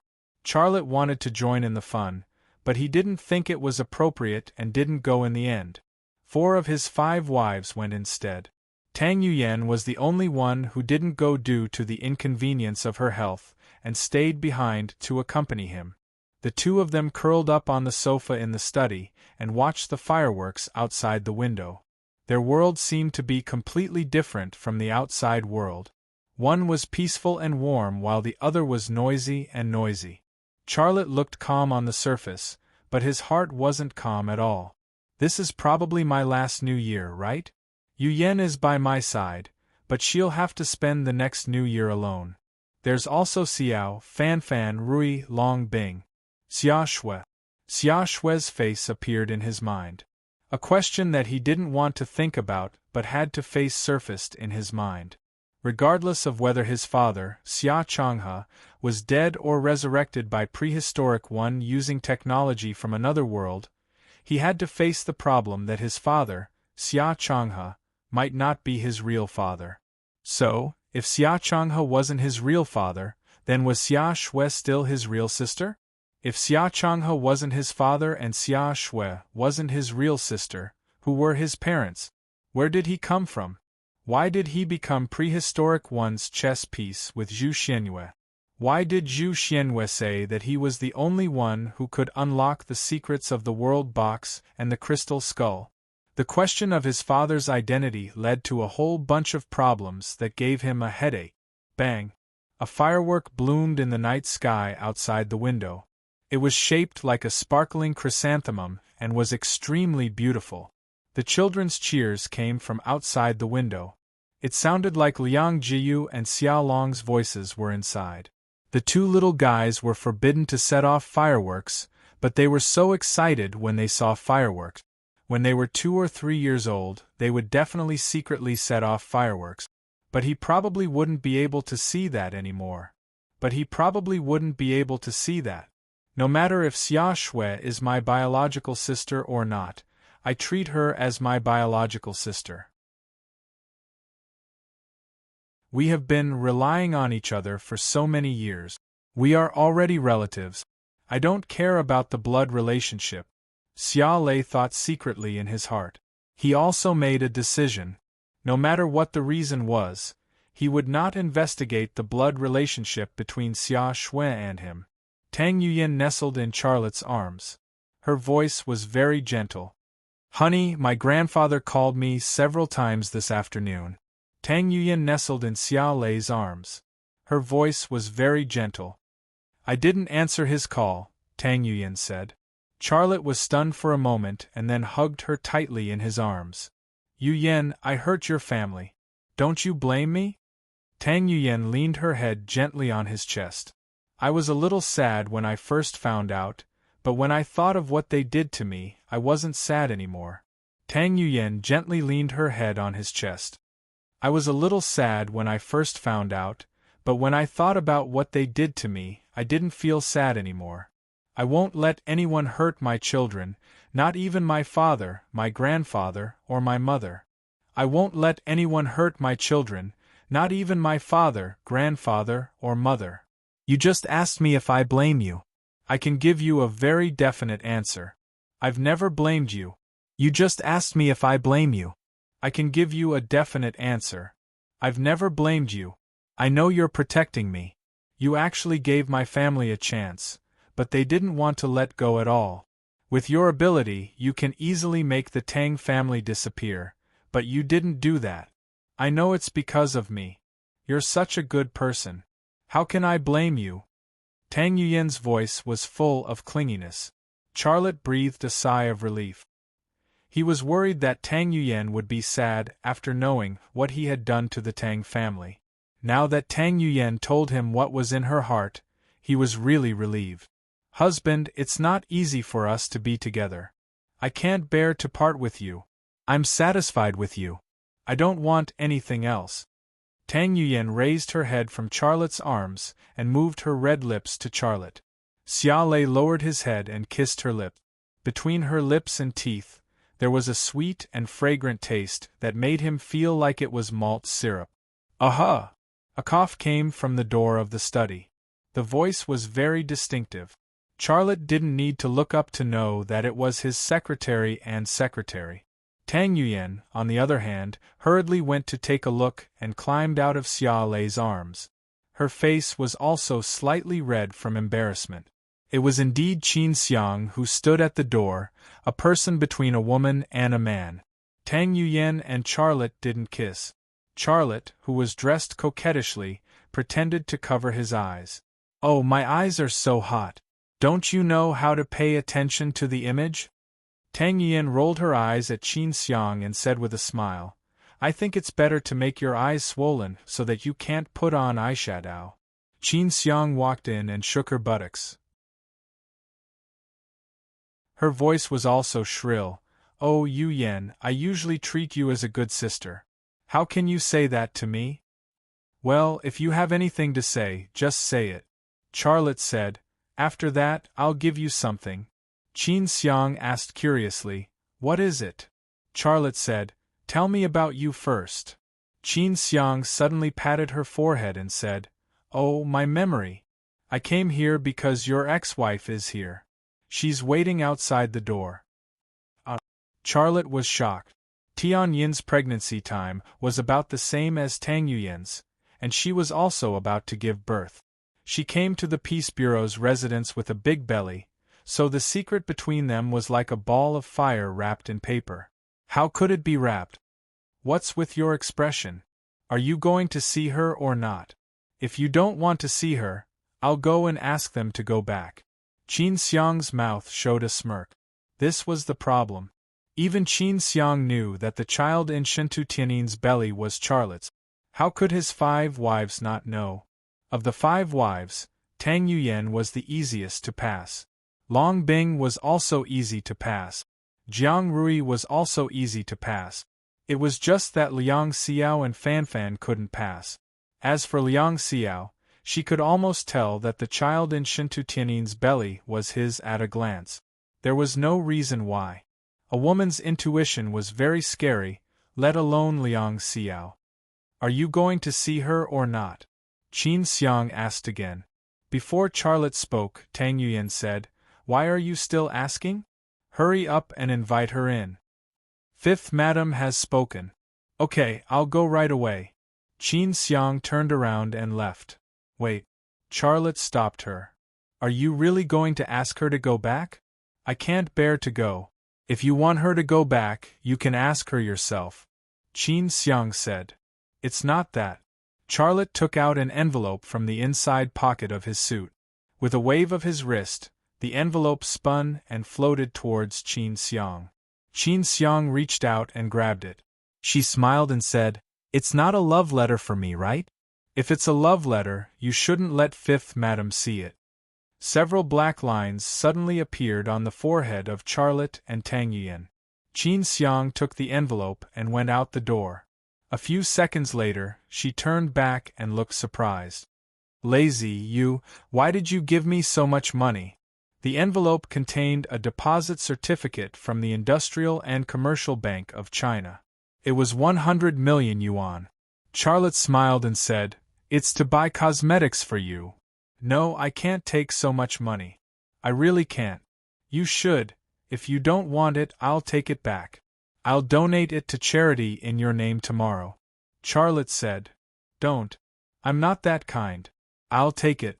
Qin Xiang put away the envelope and then swept away the smile on his face. He bowed deeply to Charlotte. Charlotte's kindness to him was worth such a bow. Charlotte didn't stop him. When he stood up, he said, Go. Tell her to come here. Okay. Qin Xiang turned and walked out of the study. When he left, he wiped the tears from the corner of his eyes with the back of his hand. Tang Yuyan held Charlotte's face. Honey, I feel that you're not right these days. What you're doing is like what? Charlotte pretended to be careless. It's like I'm fulfilling one wish after another. I don't like this feeling. Tell me, what happened? Tang Yuyan's tears welled up. He had been holding this question in his heart for a long time. Charlotte reached out and patted her big white ball. He said with a smile, It's okay. Didn't I tell you? Super Xiaoqian is making money for me from the capital markets all over the world all the time. I don't know how much money I have. Qin Xiang helped me a lot before. It's normal for me to give him some money to spend. Tang Yuyan hugged Charlotte's waist tightly. I don't care. I won't let you leave me and our child. I won't. Don't worry. Charlotte said naturally, but his nose was slightly sour. Qin Xiang took Shintu Tianin to the study. Shintu Tianin's belly was bigger than Liang Xiao's. It was round like a jar. She walked more like a penguin than a penguin. It was very slow and laborious. Look at you. Why are you running around with such a big belly? Isn't it better to stay at home? Charlotte nagged as he held Shintu Tianin's hand and helped her to sit on the sofa. Be careful. Be careful. You guys talk. I'll leave first. Qin Xiang left. Tang Yuyan's attention finally shifted to Shintu Tianin's belly. She touched Shintu Tianin's belly and said in surprise, Tianin, are they twins? Shintu Tianin nodded. Yes, they are twins. One son and one daughter. Have you named them? Yes. Xia Yang, Xia. Shintu Tianin suddenly shut his mouth. Tang Yuyan pinched Charlotte. Dissolute man, sowing seeds everywhere. Charlotte was embarrassed to death. He was thinking about a question in his heart. With Shintu Tianin's reaction, how did she become the richest woman in China? Shintu Tianin stuttered a little as he said, Yu Yan, don't misunderstand. I was conceived in vitro and then transplanted into the womb. It's not what you think. The reason why I chose this name is, okay, you don't have to hide it from me. I won't tell anyone. I'm happy for you. Tang Yuyan said, and then she said to Charlotte, I don't care. After I give birth, you have to give me another one. Charlotte smiled bitterly and nodded. I'm here to give Xia Shui a wedding gift. I wish her a happy wedding. If it's not convenient, I'll go back now. Shintu Tianyin said. This was obviously said to Charlotte. Charlotte said, since you're here, what's the point of going back? Just stay here for one night. You are Xia Shui's ex-sister-in-law. She got married and you came to congratulate her. This is a matter of course. Don't think too much. Shintu Tianyin nodded meekly. At this time, there were footsteps outside the door.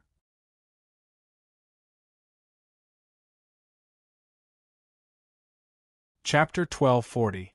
It was Charlotte's other 4 wives, Liang Xiao, Fan Fan, Jiang Rui, and Long Bing. The 4 children didn't follow. They hadn't seen enough of the fireworks in the sky. They were certainly unwilling to follow their mother to their father's study. Shintu Tianyin saw the 4 Xia's wives who suddenly came in. The 4 Xia's wives also saw Shintu Tianyin at a glance, and it was Shintu Tianyin with a big belly. The atmosphere in the study suddenly became awkward, and there was a strange smell. This was the smell of vinegar. Charlotte stood up and coughed. He said with a smile, Tianyin is here to congratulate Xia Shui. Shintu Tianyin seemed to think of something. He then took out 2 red envelopes from his handbag and put them on the coffee table. This is a little gift from me. Charlotte, you pass it to Xia Shui and Ryu Yongnam. I won't bother you anymore. I will go back first. Since you are here, why are you leaving so soon? Sit a little longer. Liang Xiao walked over, picked up the red envelope, and gently squeezed it. Then she said, car keys? Shintu Tianyin said, yes, I bought 2 Lamborghinis for Xia Shui and Masao. I hope Xia Shui and Masao can like them. You are really generous. Liang Xiao had a smile on her face. She looked at Shintu Tianyin's big belly. When did you get pregnant? Who is the child's father? Such a big thing, but the media didn't report it. This was the question that Liang Xiao wanted to ask. Shintu Tianyin actually didn't want to answer Liang Xiao's question at all, but she didn't know why she still answered it. I did a test tube baby. What about the child's father? Liang Xiao asked. Shintu Tianyin glanced at Charlotte and said, this is a secret. I signed a confidentiality agreement with that person. Sorry, I can't tell you. Charlotte wanted to praise Shintu Tianyin's wit. Liang Xiao said, I'm afraid that person is right in front of us. Charlotte, Shintu Tianyin inexplicably became nervous. Liang Xiao continued, how many men in this world can you, Shintu Tianyin, like? Would you lower yourself to be a test tube baby? Did you get pregnant during that trip to Nigeria? Shintu Tianyin didn't know how to lie. After all, her opponent was Liang Xiao, who was a secret agent. She had a keen intuition for lies.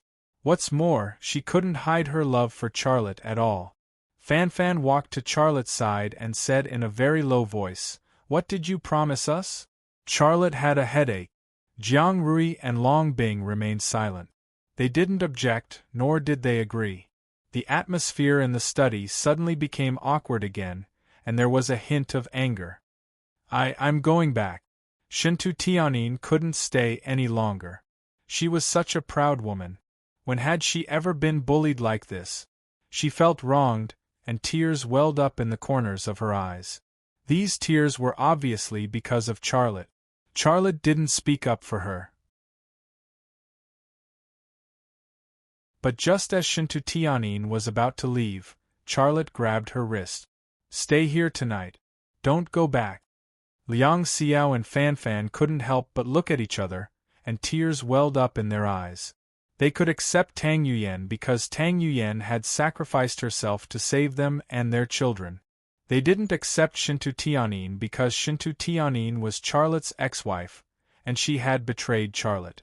But they didn't expect that Charlotte would still get Shintu Tianyin pregnant and ask Shintu Tianyin to stay the night in front of them. Such a thing was really hurtful to them. In fact, no matter what decision Charlotte made, he would hurt people. He would either hurt Shintu Tianyin or hurt Liang Xiao and Fanfan. Among these three women, one was pregnant with his two children. One was Liang Jiayu's mother, and the other was Xia Fan's mother. The palm of his hand was flesh, and so was the back of his hand. His head was already twice the size of a person's head. "I'll go back to my parents' home for a few days," Liang Xiao said. When she turned around, tears were flowing down her face. "Xiao." Charlotte stopped her, but he didn't know what to say. "I'll go home for a few days too," Fanfan said, looking like she was going to leave. "No, no, no. I'll go." Shintu Tianyin didn't expect things to turn out like this. Just now, she was a little angry that Charlotte didn't speak up for her, but now she realized that her visit tonight was actually a mistake. She had caused a huge mess for Charlotte. Liang Xiao and Long Bing wanted to persuade her, but they didn't know how. If they helped Shintu Tianyin, they would offend Liang Xiao and Fanfan. If they helped Liang Xiao and Fanfan, they would hurt Shintu Tianyin. They were also in a dilemma. "Enough," Charlotte suddenly said. "Look into my eyes." All the women subconsciously moved their eyes to Charlotte. They were also very surprised that he would make such a request at this time. After they looked into Charlotte's eyes, they were all waiting for Charlotte to speak.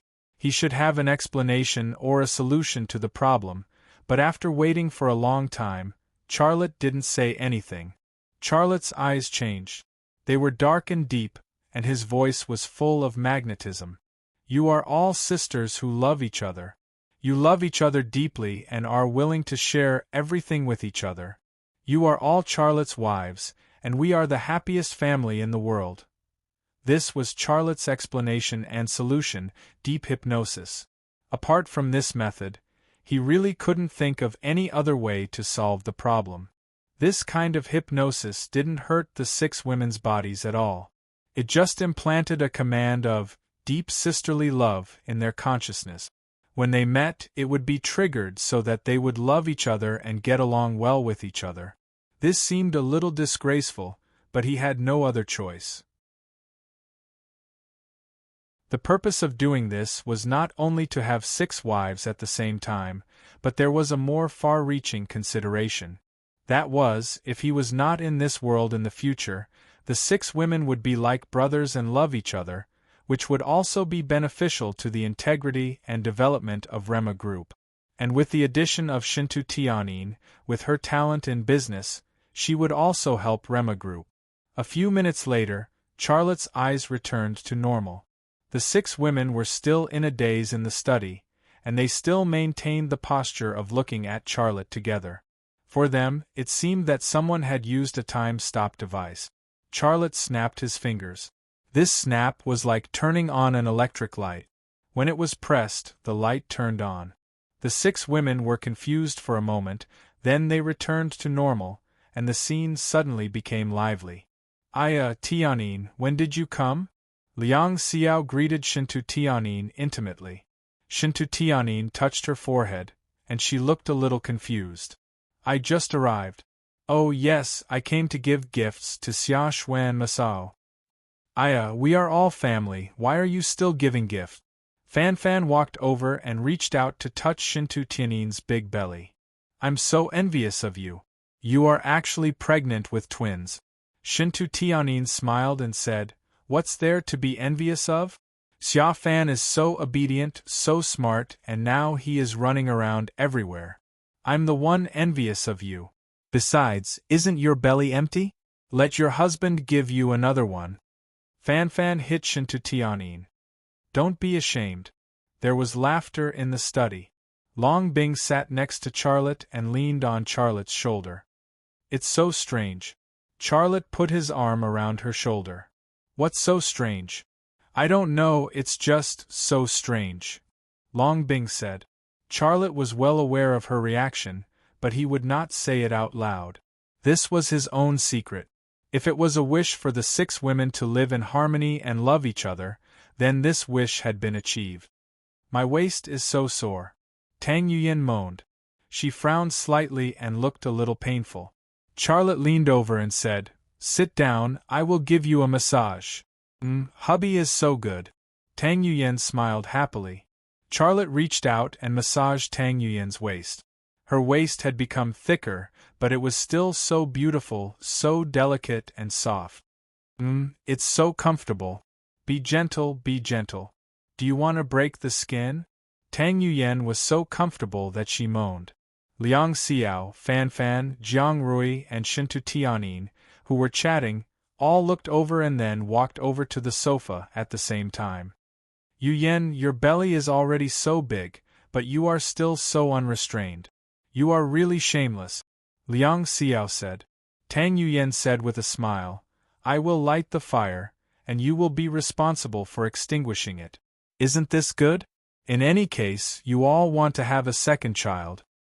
"I don't want to." "One Xia Jianghe already hurts my head. If I have another one, my head will definitely explode," Jiang Rui said, but this was obviously not what she meant. In her heart, she actually wanted a son. For expectant mothers, those who had sons missed their daughters, and those who had daughters missed their sons. They all wanted to have another child. They had also been working hard. Every time they had sex with Charlotte, they had used Fanfan's antidote, but until now, none of them had gotten pregnant. Charlotte had actually studied this problem. After he took the last AE capsule, he started his comprehensive evolution. However, at the very beginning of his comprehensive evolution, he had made Shintu Tianyin pregnant. Now, as his comprehensive evolution deepened, and after 2 large-scale predations, he could no longer make his woman pregnant. He had tested his tadpoles, but the results of the test were no different from the results before he started his comprehensive evolution. In this way, even he himself did not know the reason. It was a pity that he could not make his woman pregnant again, but he was also satisfied. After all, he already had 7 children, which was enough.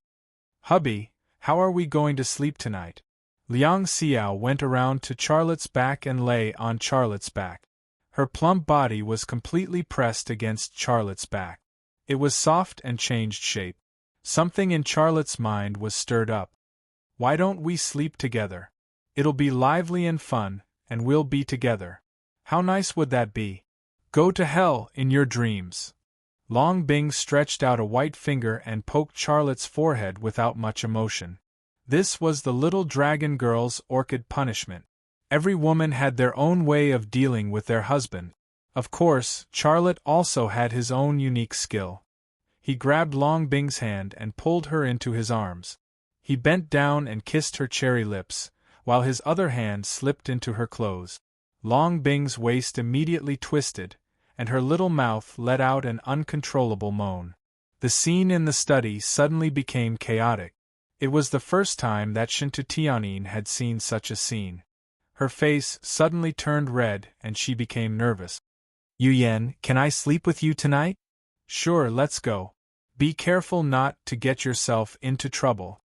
Tang Yuyan got up from the sofa and took Shintu Tianyin's hand to leave. Charlotte said with a smile, "I'll come to see you later." Tang Yuyan's legs went soft.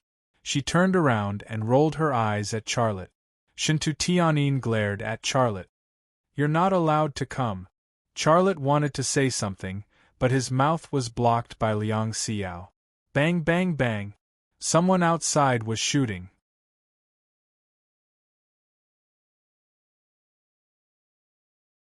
Chapter 1241. Winter passed and spring came. In the blink of an eye, 2 months had passed. Rema Group's headquarters in Kyoto. Super Xiaoqian, who was wearing an office lady's outfit, stood opposite Charlotte. "My master, after my hard work day and night, your snowball has reached $10.8 billion. The goal you set has been achieved. The SEC has launched an investigation, so I'm going to disappear for a while. However, I'm sure they won't find anything." "Good job." Charlotte smiled. Thanks to the brain you built for me. I like that place. I enjoy the snow in the Himalayas every night, said Super Xiaoqian. Charlotte couldn't imagine a virtual woman standing on a mountain in the Himalayas and enjoying the snow. He didn't want to talk nonsense with her. He said, Xiaoqian, use your snowball to attack the American capital market. That's my purpose in making money from the American stock market. My master, I have to remind you that if you do this, you may lose the money, said Super Xiaoqian. Charlotte said, then why don't you earn it back? Super Xiaoqian, go ahead. It's always been the American capital that attacks third world countries. No third world country has ever dared to attack the American capital market. I don't care about the money. I just want to give them a few hard punches. It's time for the American capital to pay the price for plundering the world. Okay, then I'll give them another loan crisis. Super Xiaoqian said with a smile, if the money eventually disappears, I'll earn it back for you. Xiaoqian, how's your battle with the divine system? Charlotte asked casually. My battle with that idiot is going on all the time. If its territory is getting smaller and smaller, I'll soon attack the American mainland. Currently, I already controlled Asia, Africa, South America, and Oceania, as well as a portion of Europe. That left only a portion of Europe and the United States. It won't take long before I kill it in Langley, and then all the computers in the CIB headquarters will have pictures of me in a bikini. Charlotte, Master, I just received a piece of information, Super Xiaoqian suddenly said. What information? Super Xiaoqian said, I just intercepted a secret email from the Pentagon to the President of South Korea. The current President of South Korea was no longer in Xinjiang, but a woman named Ming Yizhu. She was a typical pro-American. After winning the election, she formulated a series of unfavorable policies against China. However, Charlotte hadn't paid attention to South Korea's affairs for a long time, and he wasn't interested in that woman at all. In his eyes, South Korea was never a match for China.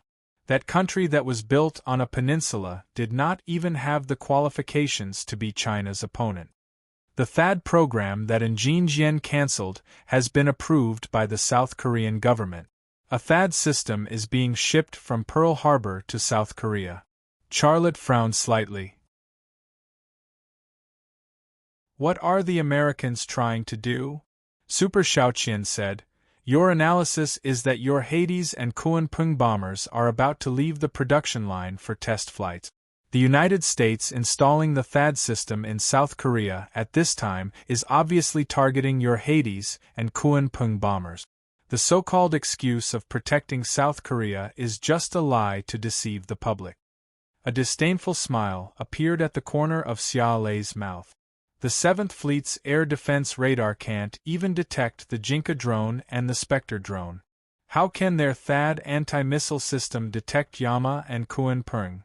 In their dreams. The Hades and Kunpeng bombers were many times more advanced than the Jinka and Spectre drones.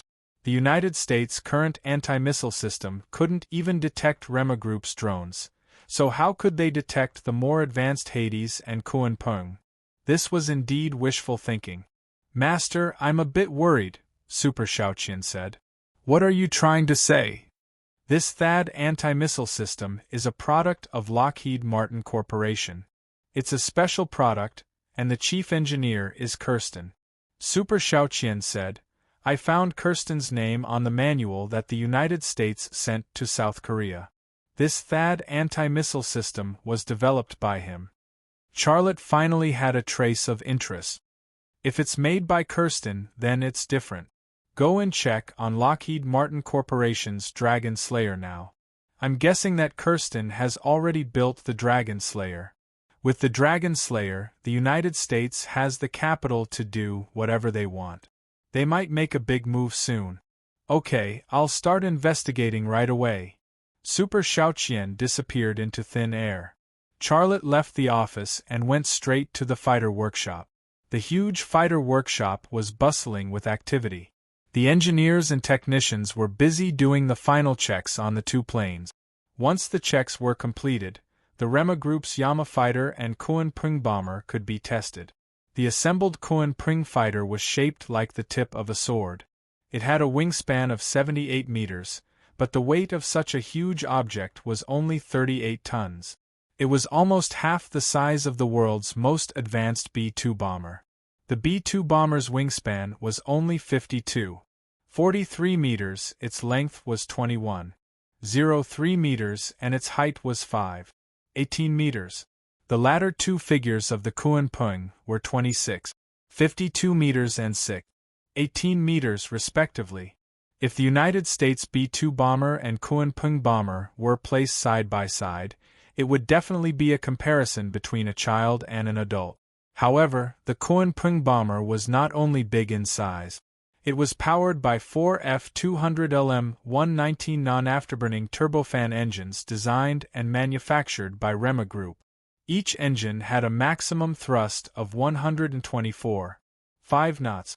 They were installed in pairs between the outside of the weapon compartment and the wing structure. Chlorofluoric acid was sprayed into the exhaust, which could eliminate the engine's visual trail. Although the B-2 bomber also had a non-afterburning turbofan engine, its thrust was only 84.5 knots, which was one-third weaker. If one engine was one-third weaker, then the difference between the four engines combined was like heaven and earth. The B-2's full load was 14 tons, while the Kuan-Pung's full load was 14 tons, which was second only to its weight. The Kuan-Pung's weapon compartment was equipped with air-to-ground missiles researched and manufactured by Rema Group. There were also joint direct attack weapons and the super bomb, Thunderclap, that weighed 1.5 tons, and so on.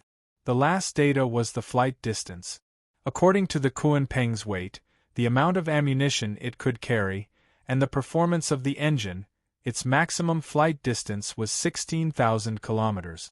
If it refueled in the air, it could reach 22,000 kilometers. The data of the B-2 bomber was 12,000 and 16,000, which was a few thousand kilometers less. The B-2 bomber was known as the global bomber, so the Kuan-Pung could circle around the United States and then fly back from Alaska to see the snow. More powerful power, more than double the B-2 bomber's full load capacity, longer flight distance, and absolute stealth performance. These two strategic bombers were no longer in the same order of magnitude. The other one was the Hades fighter. The Hades fighter was shaped like an eagle. It had a wingspan of 9 meters, a length of 10 meters, and a height of 3.5 meters. Such a size could only be considered average in the world of fighter jet. The power system of the Hades fighter was two F-118LM-150 engines researched and manufactured by Rema Group that had a thrust-to-weight ratio of more than 15. This engine was also the only engine in the world that had a thrust-to-weight ratio of 15. In addition, the entire body was made of secret gold X, which gave it the same absolute stealth ability as the Kuan-Pung bomber. In addition, its weapon system, avionics system, and so on were all researched and manufactured by Rema Group, which was far superior to the international level. But a smaller body and weight meant a longer flight distance, more agility, and more ammunition. The Hades fighter was a fighter jet specially used for aerial combat. It didn't need a large size to carry bombs to bomb targets on the ground. It played the role of an aerial killer and the armed guard of the Kuan-Pung bomber. The combination of the Hades and the Kuan-Pung allowed China's Air Force to carry out a destructive attack on any target in the world. In fact, whether it was the Kuan-Pung bomber or the Hades fighter, as long as you think about it, they were researched and designed by Charlotte, who was the only person in the world with advanced evolution. Then it was no longer strange how excellent they were. Now, the Hades fighter and the Kuan-Pung bomber were about to fly into the blue sky to conquer the sky world that belonged to them. Seeing the assembled Hades fighter and the Kuan-Pung bomber, Charlotte's heart was carefree, and he was in a good mood. This was the last wealth he left for China. After the Hades and the Kuan-Pung, Rema Group would no longer have the things he researched. However, the capital he left behind was enough for China's military strength to lead the world for half a century. In half a century, with China's current development speed, China would become the world's most powerful country, and returning to the Tang dynasty would not be a dream.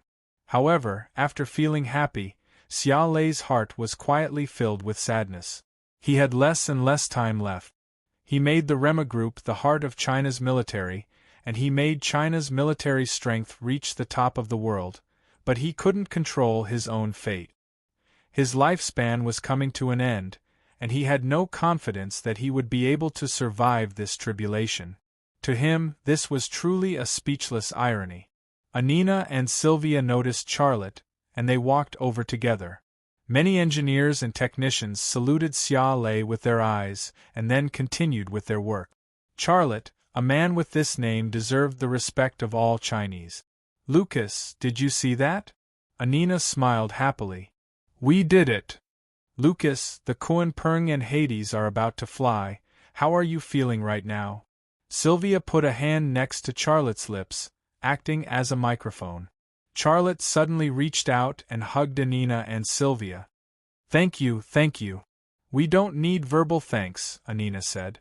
Charlotte suddenly squatted down, and then put his arms around Anina and Sylvia's perky buttocks, and suddenly lifted them up. Sylvia and Anina were originally standing on the ground, but they suddenly sat in his arms, and their legs were in the air. This arm strength made the two German women panic. The fighter workshop was instantly filled with cheers. "Put me down." Anina was a little flustered. "I don't want this kind of reward." Sylvia, however, boldly kissed Charlotte's cheek and then shouted, "Long live Lucas." Charlotte put Anina and Sylvia down, and he strode toward the engineers and technicians. He said loudly, "I've decided to take out 5 billion as a reward for everyone who has put in the effort for the Kuan-Peng and Hades." The cheers immediately quietened down. "What, you don't want the reward?" Charlotte was stunned. "Of course. Ha ha. My wife will be very happy." The fighter workshop was filled with cheers again. It wasn't that they didn't want it, but that Charlotte had given them too much, and it scared them. In today's world, a gold medal for winning a game could easily be worth tens of millions of dollars, but the researchers received very little money. This wasn't a healthy phenomenon. It was fine if Charlotte didn't give, but once he did, he wanted to cure this unhealthy disease.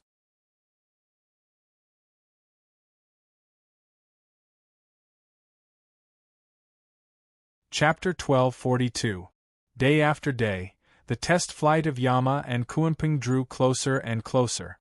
On that day, Charlotte arrived at the runway next to Rema Group's base early in the morning, waiting for that important moment to arrive.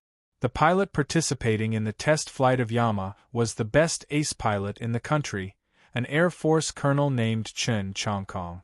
He had already flown for more than 1,000 hours and was extremely experienced. The ones participating in the test flight were Charlotte and his assistant. She was a special existence because she wasn't human. She was Super Shaoqian. Due to how important the Kuan-Peng was, Charlotte couldn't afford any mishaps.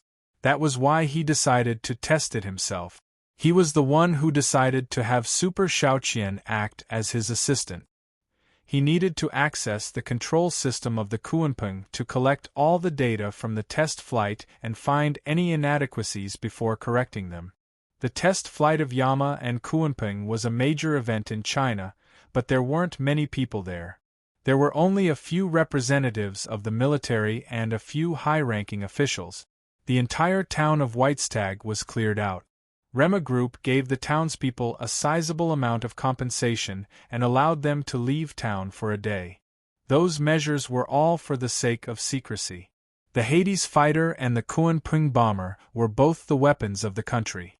Once they were revealed, they had to achieve the purpose of intimidating the enemy. Phones nowadays had excellent camera functions, so they had to be careful not to be taken down by the townspeople and uploaded to the internet. Fan picked up a call and walked to Charlotte. "Hubby, the chief is waiting for you online. He wants to talk to you." Charlotte already knew who Fan was referring to as chief. He took the phone and said politely, "Hello, Chief. I thought you'd come today. I'm in the sky. I want to see Rema Group's Yama and Kuanping from a different angle," he said. Xiaolei said with a smile, "So that's how it is. Then I'll start. Comrade Charlotte, thank you. Thank you for everything you've done for the country and its people. I know this is far from enough, but please believe in the sincerity of the country and its people. You will be recorded in history." His voice was full of sincerity and gratitude. Can you give me some actual rewards? You're already the richest man in the world. What else do you need? Charlotte coughed dryly. Can you give me a special approval for another marriage certificate? Mine and Shintu Tianin's. This is my only request. Please approve it, Chief, Charlotte said shamelessly. Shintu Tianin did not want his money, but he could not give her anything. He knew that what she wanted was a real status, and he wanted to give it to her. Alright, kid, this is the last one. If you ask me for a marriage certificate again, I'll...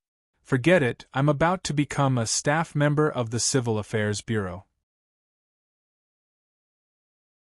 He laughed bitterly. Thank you, Chief. I'm going to try it out now. Alright, I'll wait for you in the sky. I wish you success. He hung up the phone. Charlotte handed the phone back to Fanfan. I'm leaving. Fanfan leaned over and kissed Charlotte's cheek. Then, she helped him tidy up the pilot's combat suit. Go be careful. I'll wait for you to come back. Charlotte nodded and walked towards the huge Kuanping bomber. Super Xiaoqian and Charlotte walked side by side. She was also wearing a pilot's combat suit. Not only did she simulate the combat suit, but she also simulated the parachute belt. The parachute belt passed between her legs and outlined her buttock. Fanfan looked at Super Xiaoqian speechlessly. Her buttocks are based on my buttocks, right? Otherwise, it wouldn't be so round and perky. Chen Chongkong and his assistant saluted Charlotte. Charlotte smiled at Chen Chongkong and his assistant. He also raised his hand and saluted. However, it wasn't as standard as Chen Chongkong and his assistant. Chen Chongkong and his assistant boarded the King of Hell. Charlotte and Super Xiaoqian also boarded the Kuanping bomber. Charlotte sat in the cockpit while Super Xiaoqian entered the control system of the Kuanping bomber. Master, everything is normal. You can start the plane. Super Xiaoqian's voice came from the loudspeaker system. Charlotte pressed the start button. The 4 engines of the Kuanping bomber started at the same time, producing a loud roar. However, the entire body didn't shake at all. This was the advantage of the fuselage made of mystic gold Ek. The structure was extremely stable. In fact, 90% of the Kuanping bomber was made of mystic gold Ek. The rest were just wires, computers, and other parts that couldn't be made with mystic gold X. Charlotte priced the Kuanping bomber at 150 billion renminbi, which was 10 times the price of the American B-2 bomber. The King of Hell fighter was also expensive. Charlotte priced it at 30 billion renminbi. It was also the most expensive fighter in the world. If it was made with gold, the same amount of gold wouldn't be enough to exchange for a King of Hell fighter. A minute later, the King of Hell fighter rushed out of the runway. It broke through the sound barrier at the same time and instantly reached a height that was hard to see with the naked eye. The white mist from the engine was left behind where it flew past. It was in the shape of a cloud. There was a cry of surprise on the ground. A military general was clapping so hard that he dropped his watch on the concrete floor. The watch was broken, but he didn't even want to pick it up. He was afraid that he would miss the next Kuanping bomber. The huge Kuanping bomber sped on the runway, accelerated, raised its nose, and rushed into the sky. Boom! There was a muffled sound in the clear sky. The Kuanping bomber that had just taken off also broke through the sound barrier and disappeared in an instant. It also left behind a cloud of mist where it flew past. It was a miracle that a bomber could fly at the same speed and maneuverability as a fighter. This was also the reason why the Kuan-Pung bomber was sold at 5 times the price of the King of Hell fighter. It was because it was worth it. With the King of Hell fighter and Kuan-Pung bomber, who would dare to behave atrociously in our territory? A general was trembling with excitement. Fuck America! To hell with the THAAD anti-missile system! A hot-tempered general was so excited that he burst out cursing. In the sky, a civilian passenger plane appeared in front of the Kuan-Pung bomber. It was China's Sky One. The Kuan-Pung bomber slowed down and flew next to the Sky One. The huge passenger plane suddenly became much smaller. Of these two planes, one was a gentleman, and the other was a ferocious monster. Charlotte saw the man on the Sky One through the window. He was sitting behind a window, and his face was filled with shock and a smile. Charlotte waved at the man, then piloted the Kuan-Pung bomber and flew past, instantly leaving the Sky One behind. The man on the Sky One watched as the Kuan-Pung bomber disappeared into the distance in the blink of an eye. His eyes were filled with pride, hope, and unparalleled confidence. On the Kuan-Pung bomber, Super Xiaoqian's voice sounded again. I have completed the inspection of all the systems and data collection. There are no problems with it. This is a perfect strategic bomber. Is there anything that needs to be improved? Charlotte asked. Super Xiaoqian said, there is nothing that needs to be improved. This strategic bomber's current technology is 50 years ahead of this world. The technology one have is not more advanced than this. So from my point of view, it is perfect and advanced. There is no need to make any changes. If that's the case, I can rest assured. Charlotte breathed a sigh of relief. He was feeling carefree. Where are we flying to next? What other tests do we need to do? You've already tested all the items that need to be tested. What other tests can we do? Charlotte said. If we still need to do tests, then we can only do a combat test. Super Xiaoqian said. Combat test? Are we going to play an exciting game? It's like having an affair in the wild. Super Xiaoqian said. Charlotte, do you want it or not? If you're a man, you should get hard. Super Xiaoqian said. Charlotte laughed and scolded. When did you become so improper? Super Xiaoqian appeared in the cockpit. This time, it was not the image of the Rain Lady, but the image of a female swimmer. Charlotte was shocked by her. Are you crazy? We are testing the Kuan-Pung bomber. Why did you turn into a female swimmer? Also, your seat is in the back, not the front. I'm hot. If I wore a bikini, it would affect you, so I wore a swimsuit. What's the difference? Are you hinting at me wearing a bikini? Charlotte didn't know how to communicate with her anymore. He smiled bitterly. Okay, cut off all contact. Let's go to Korea to see the base where they are preparing to build the THAAD anti-missile system. Or we can go to the Ren Village military base. Haha. I was waiting for you to say that. I'm already excited. I want to buy lipstick. I'm wet. Get out of the way, you pervert. Charlotte was about to go crazy. How did Super Xiaoqian become like this? Did she secretly watch a lot of porn? This was really a problem. It was a problem that made Charlotte not know whether to laugh or cry. I've already cut off all contact. Now no one knows what we are doing, and no one knows where we are going. We have become real ghosts. Super Xiaoqian said. Give me the navigation. Incheon military base. Charlotte gave the order. A navigation map appeared on the display of the control system. The destination was Incheon military base. At an altitude of 10,000 meters, the Kuan-Pung strategic bomber was flying at a speed that exceeded its upgraded speed. The white sea of clouds stretched out in his field of vision without end. This was the highest flight Charlotte had ever flown in his life. He looked up at the blue sky above his head, but he was thinking about a question. Where is Zhu Xuanyue's corn? At the same time, on Sky One, a general walked to the man's side with an anxious expression.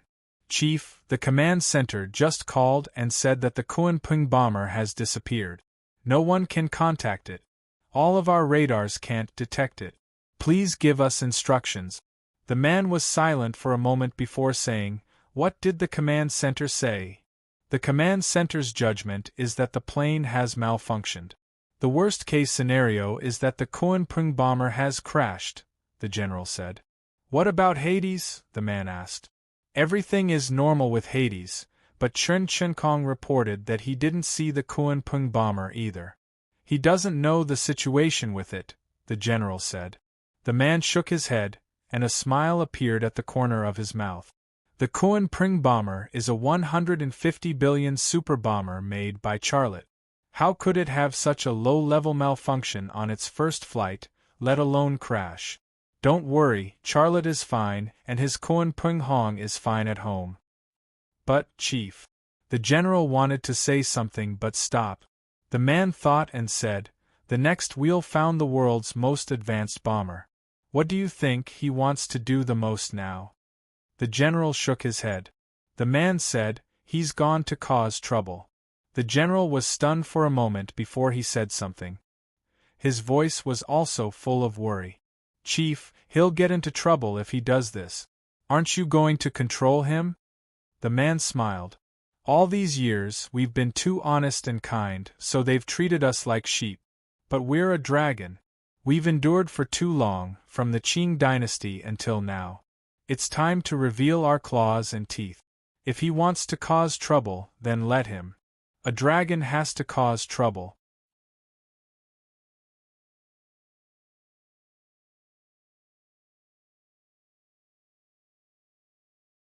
Chapter 1243. South Korea's Incheon Military Base. A military exercise codenamed Yulji Freedom Guardian was being conducted on land, sea, and sky at the Incheon military base. In order to intimidate South Korea's old enemy, the U.S. used the 7th Fleet, 2 B-2 bombers, and 10 F-35 fighter jet. On land, the U.S. and South Korean soldiers were charging and breaking through the enemy lines on the training ground, each of them full of vigor and murderous intent. On the sea, the South Korean and U.S. 7th Fleet's warships sailed in a group formation, sweeping through everything before them. In the sky, 10 F-35 fighter jets escorted 2 B-2 strategic bombers in the blue sky, followed by a large number of South Korean F-16 fighter jet. It was a spectacular scene. In the Incheon military base, Ming Iju and a large group of South Korean military and political bigwigs were watching the military exercise. South Korea's KBS One channel's live news anchor, Kim Soo-min, was facing the camera, reporting with a pleasant and passionate voice. "Hello everyone, I'm currently at the Incheon military base reporting on the situation of the Yulji Freedom Guardian military exercise. The Ming dynasty's lost pearl is also a daughter. She has high expectations for this military exercise. Our Republic of Korea represents the highest military level in Asia, and our ally is the strongest country in the world, the United States. Therefore, no country can make thoughtless remarks about our Republic of Korea. China is accusing us of installing the THAAD anti-missile system, saying that installing the system will affect regional stability. How can installing the THAAD anti-missile system on our land affect regional stability? This is an unreasonable accusation. The Yulji Freedom Guardian military exercise will tell those countries that we, the Republic of Korea, have the power and strength to make good decisions. We don't care about criticism from anyone or any country." On a temporary observation platform, Ming Iju and a large group of South Korean military and political bigwigs, as well as some U.S. military officers in South Korea, were also discussing similar topics. They will only protest a little. The THAAD anti-missile system will detect a depth of 2,000 kilometers in China. We will know once their fighter jets take off, and their missiles, we will know where they are even before they launch. Aren't they proud of their missile force? If we build the anti-missile system on their doorstep, they will lose their strategic deterrence against you, the U.S. Commander Connor said. Ming Iju nodded. "We don't care about the voices of opposition from China and Russia. The U.S. and Korea are allies. It's our honor to have the Republic of Korea in the US's global system. I hope that our two countries can strengthen our military alliance and contribute more to world peace. Connor extended his hand towards Ming Yizhu, and Ming Yizhu shook his hand. Below the stage, a large group of reporters captured this painting and took pictures of it with their cameras. Ming Yizhu let go of Connor's hand. General Connor, I heard that the CEO of Lockheed Martin Corporation, Mr. Kirsten, is coming to participate in the Guardian of Freedom exercise, but I haven't seen him yet. Will he come? Connor smiled. I'm not sure about that. He has a lot of authority in the Pentagon. I can't command him. He might come, but I don't know when. Bang bang bang. A Burke-class guided missile destroyer fired at a target ship. The ship's cannons bombarded the target ship, which was transformed from a scrapped cargo ship, and was immediately dismembered in flames and explosions. Then, it sank to the bottom of the sea. This scene made the people who were watching the Guardian of Freedom exercise excited, and they cheered as if they had been injected with chicken blood. In the sky, the B-2 opened its weapons compartment and dropped bombs on an uninhabited island. Those bombs were like dumplings falling into a pot and poured down on the uninhabited island. Rumble! Amidst the earth-shattering explosion, the uninhabited island was razed to the ground. Kim Xiumin, who was reporting, suddenly felt her hormones soar to the limit. She said in an excited voice, "That's the B-2 strategic bomber, the world's most powerful strategic bomber. Its performance allows it to quietly fly to the capital of China and then fly back. China's radar can't even detect it.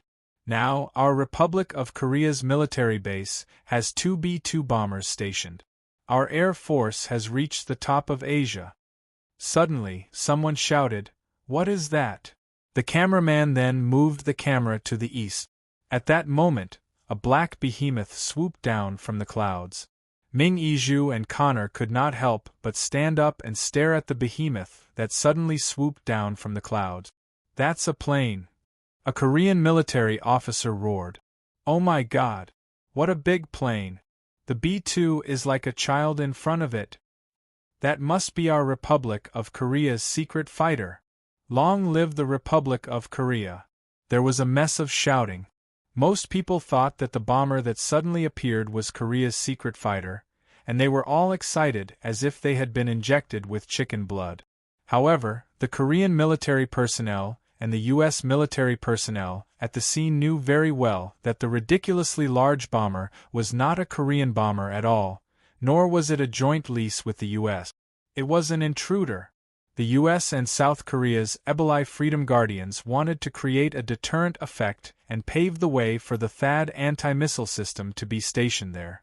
Therefore, this military exercise required well-known media from all over the world to report on the scene.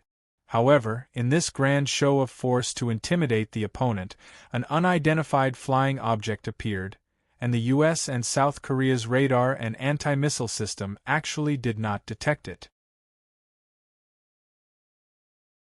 The appearance of the black bomber stunned the South Korean and American fighter jets in the sky. All the pilots did not expect such a bomber to enter and disrupt the Eboli Freedom Guardians military exercise.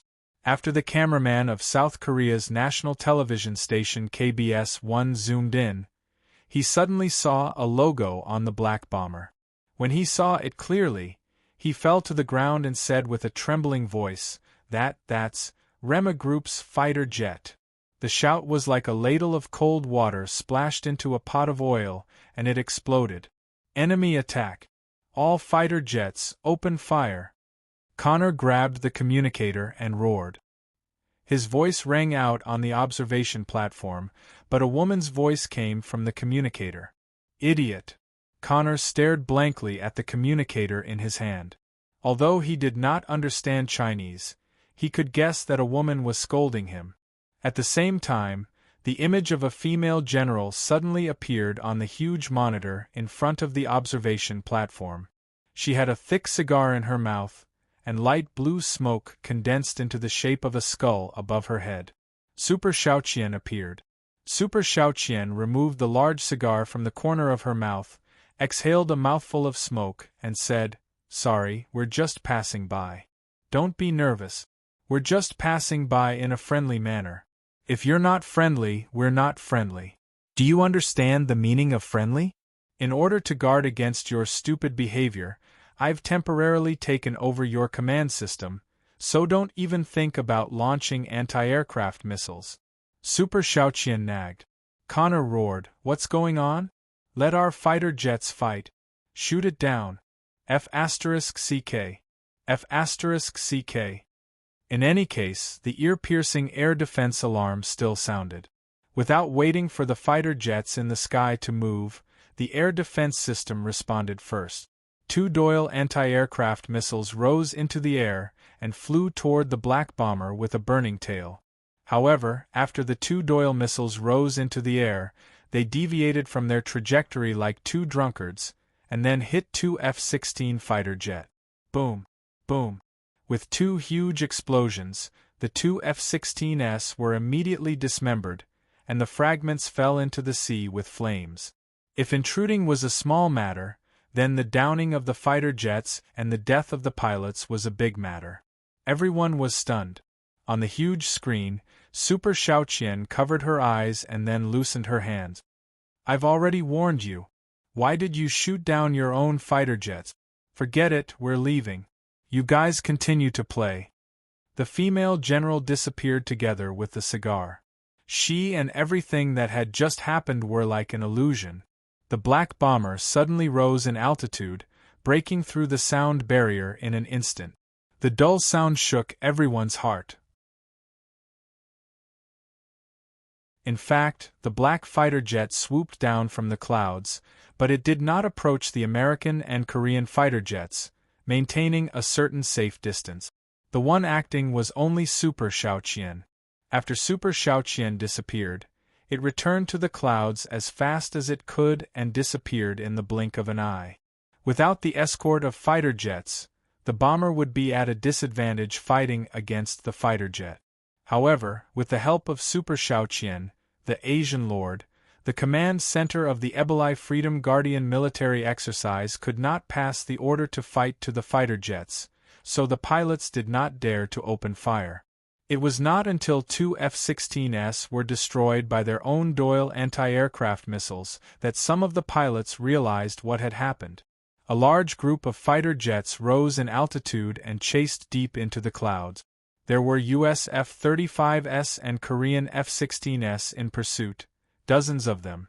But whether it was the F-35s or F-16s, the onboard radar display did not show the target of the black bomber, so they could only search for the target with their naked eyes. But in the rolling sea of clouds, there was no sign of the bomber. Damn it! Is World War III going to break out? The Republic of Korea is not afraid of any enemy. That bomber must have copied the technology of the Republic of Korea and the United States. The ground was in chaos again, and there were all kinds of comments. Ming Yizhu picked up a phone and dialed a number. Do-do-do, the sound of the connection rang for a minute, but no one picked up her phone. Damn it! He actually didn't pick up my phone. Ming Yizhu angrily threw the phone to the ground. He did it on purpose. Don't worry, our fighter jets have already attacked. Our engineers are checking the command system, and it will be back to normal soon. That bomber can't escape, Connor said. We must shoot it down. We must. Ming Yizhu's emotions were out of control. The Eboli Freedom Guardian, which was announced to the world, used the most advanced war weapons of the United States and Korea. What a big event, what a big scene, but Rema Group's bomber actually broke in. At this time, a new image appeared on the huge screen.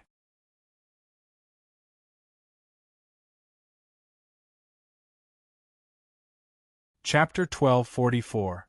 It was still the same annoying woman, but her appearance had changed. She had changed from a female general to a sexy woman in a bikini, and the background of the screen had changed to the sea and the beach. Everyone's eyes were focused on her, and the scene was strangely quiet. Suddenly, music sounded from the speakers. It was not a Korean pop song, Nor was it a European or American song, but a popular song in China, the hottest ethnic style. Why was it this kind of music? Who would play this kind of music during such a solemn and grand military exercise? No one knew. But this cheerful music was like a knife stabbing into the hearts of all the Koreans present.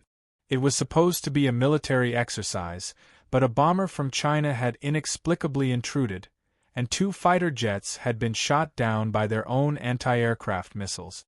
This was already embarrassing enough, but this woman had even infiltrated the command center of the Eboli Freedom Guardian military exercise, revealing her sexy and lewd body on the screen.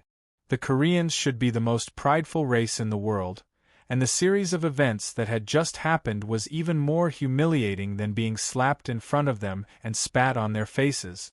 However, this was only the beginning of the worst.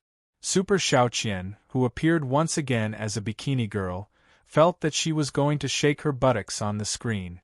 She shook her plump and firm breasts and danced a sexy and seductive but shake dance. Lewd. She's a whore. Who is that woman? Where did she come from? What is she trying to do? Is she crazy? I think we should send her to court and sentence her to death. Amid the angry protests, Super Xiaoqian stopped her sexy dance, and her voice came from the speakers again. Shut your mouths. I'm warning you one last time. If your anti-missile system or fighter jets fire another missile, this place will be razed to the ground. The sexy and flirtatious bikini girl disappeared, replaced by a female general in a military uniform. Behind her stood an army that stretched as far as the eye could see. All of them were her clones, with exquisite and beautiful faces and sexy and provocative figures. However, it gave people the feeling that these beautiful female soldiers were not going to war, but to shoot an epic, large-scale pornographic film. You are provoking a war. Connor was about to go crazy. He shouted at Super Xiaoqian on the screen. Are you protesting? Or are you threatening us? Super Xiaoqian's voice came from Yang Xing's system. She sneered and said, whether you protest or threaten, we don't care. If you insist on starting a war, the Kuan-Pung strategic bomber can fly to the United States at any time and blow you back to the Indian era. Kuan-Pung strategic bomber. This was the name of the black bomber that the Koreans and Americans had heard of.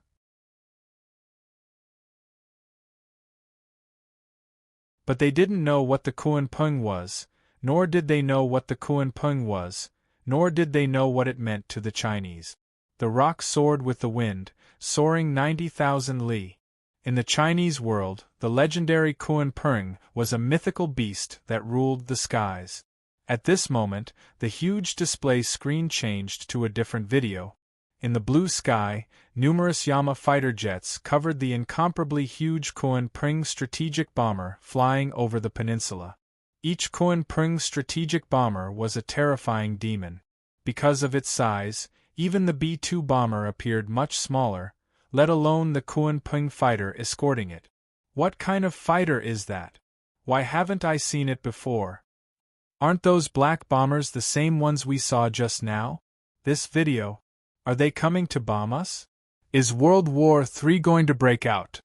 Aren't the Americans going to protect us? What are their warships doing? Hurry up and start a war with China. Are the Americans afraid? These voices erupted from the ordinary Koreans who were watching the Eboli Freedom Guardian military exercise. They were angry, but they were also afraid. They were like a group of bullied children who wanted their big brother to stand up for them, but their big brother didn't do anything. It wasn't that their big brother didn't want to do something, but that he couldn't do anything. The Eboli Freedom Guardian military exercise command center was hacked, and the command center was taken over. The officers couldn't command the soldiers, and the soldiers couldn't control the equipment. How were they supposed to fight in such a situation? In fact, it wasn't just the ordinary Koreans who were afraid. Even the American soldiers were afraid. If the video on the screen was real, then once those combat aircrafts and bombers flew here, then the Incheon military base would be razed to the ground, the Seventh Fleet would sink to the bottom of the sea, and even Seoul would be reduced to ruins, because they knew very well that even if two B-2 bombers flew to Seoul, the B-2 bombers' bomb load would be enough to blow up Seoul, not to mention the spaceship-like Kuan-Pung bomber. The person with the most complicated feelings was the newly appointed Madam President, Ming Liangzhu. Her predecessor, An Jin-jian, had warned her not to change his pro-China policy when he was in office, and not to deploy the THAAD anti-missile system in Korea, because doing so would definitely provoke a man, and that man was the owner of Rema Group, Charlotte. And Jin-jian's words of advice were still ringing in her ears, but Ming Liangzhu still went her own way and made policy adjustments. Not only did she pass a series of unfriendly policies against China, but she also agreed to the U.S. deploying the THAAD anti-missile system in Korea to suppress China's missile forces. She had made this decision, and now she had to bear the consequences. She provoked that man, and that man piloted the Rema Group's Kuan-Pung bomber to come here. After what happened just now, she realized that she had made a very stupid mistake. The U.S. was indeed a powerful ally, but it was the U.S. that was powerful, not Korea. In the face of danger, the U.S. would first think of their own interests, not Korea. The U.S. might be willing to attack their old enemy on the other side of the line for Korea, but it was wishful thinking for the U.S. to go to war with a superpower like China for Korea's sake. World War III had not happened yet, but it was only a matter of time. Human civilization was built on war after war. How could it be possible that it would never happen because of so-called democracy and freedom? The most realistic reason for war was energy. The world's dominant energy source would one day run out of oil. By then, Georgia would not be able to support the current population, nor would it be able to support the super-high welfare of the European and American world. If they wanted to maintain their current superior lifestyle, there was only one way, and that was to start a new round of plunder and reshuffle the world. At that time, would the U.S. ally on the other side of the Atlantic still care about a small ally like Korea? At this time, the fighter swarm on the huge screen disappeared, and the annoying woman who made people want to press her to the ground and ravage her appeared again. I will untie your command center in a minute, and your fighter planes and radars will return to normal. But if you think that is an opportunity to launch an attack, then I can tell you with certainty that if you have that kind of idea in your heart, then you must be out of your mind. After saying this, Super Shaoqian disappeared. A minute later, the Eboli Freedom Guardian Military Exercise Command Center returned to normal, but the radar still could not find the Kuan-Pung bomber. It was like a real ghost, and when it did not appear, it could not be found at all. Damn it! Connor grabbed the communicator and said sternly, I order all fighter planes take off immediately, and all guided missile destroyers search for the target. Once found, immediately fire and shoot down. Immediately, the carrier-based aircraft on the USS Washington flew into the sky one by one. Super Hornet, Global Hawk, electronic attack aircraft, and so on, not a single one was left. On the sea, several Burke-class guided missile destroyers flew to the east, and their radars were fully turned on, searching for the Kuan-Pung bomber. The U.S. military has moved out. Warships, fighter planes.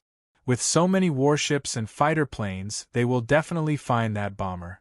Let's see how long it can be arrogant for. We must shoot it down. We must let them know the power of the U.S. Navy. We must make them pay for their stupidity. There was a clamor, and the crowd was very excited. Chicken blood had always been very cheap. If one injection was not enough, a second injection could be given until one went crazy.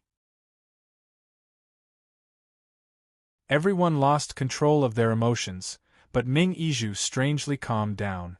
She said to Connor, General Connor, we have to reconsider the plan to deploy the THAAD anti-missile system in the Korean Army. Connor said in surprise, our two countries have already signed the contract for the THAAD anti-missile system. Doing this is breaking the contract, which is not conducive to the military alliance between our two countries. Madam President, please carefully consider your decision. You also have to think about the consequences of doing this. There was a faint threat in this sentence. General Connor, the times have changed, haven't they? Ming Yizhu said indifferently. A Rema Group Kuan-Pung bomber appeared in the Eboli Freedom Guardian military exercise ground, and we actually didn't notice it. A woman asked you to take over our command center, and our entire combat system was paralyzed. China's army is no longer the fake army of the past. Your 7th Fleet couldn't even shoot down a bomber, and was even humiliated by that woman. Do you want me to believe that the U.S. can protect the interests of Korea? Do you want me to offend China for the interests of the U.S.? Madam President, I understand your worries, but I can tell you with certainty that your worries are unnecessary. Didn't you ask me why Mr. Kirsten didn't come? He will come, and he will bring Lockheed Martin Corporation's most advanced Dragon Slayer fighter plane. That fighter plane can easily shoot down the Rema Group Kuan-Pung bomber. Is that so? Ming Yizhu's eyes lit up with the light of hope. Connor sneered. Wait until Mr. Kirsten flies his Dragon Slayer fighter plane around the capital of China, and when he comes back, you can reconsider your decision just now. A trace of a smile finally appeared on Ming Yizhu's face. Do. Ming Yizhu's phone suddenly rang. Who would call at this time?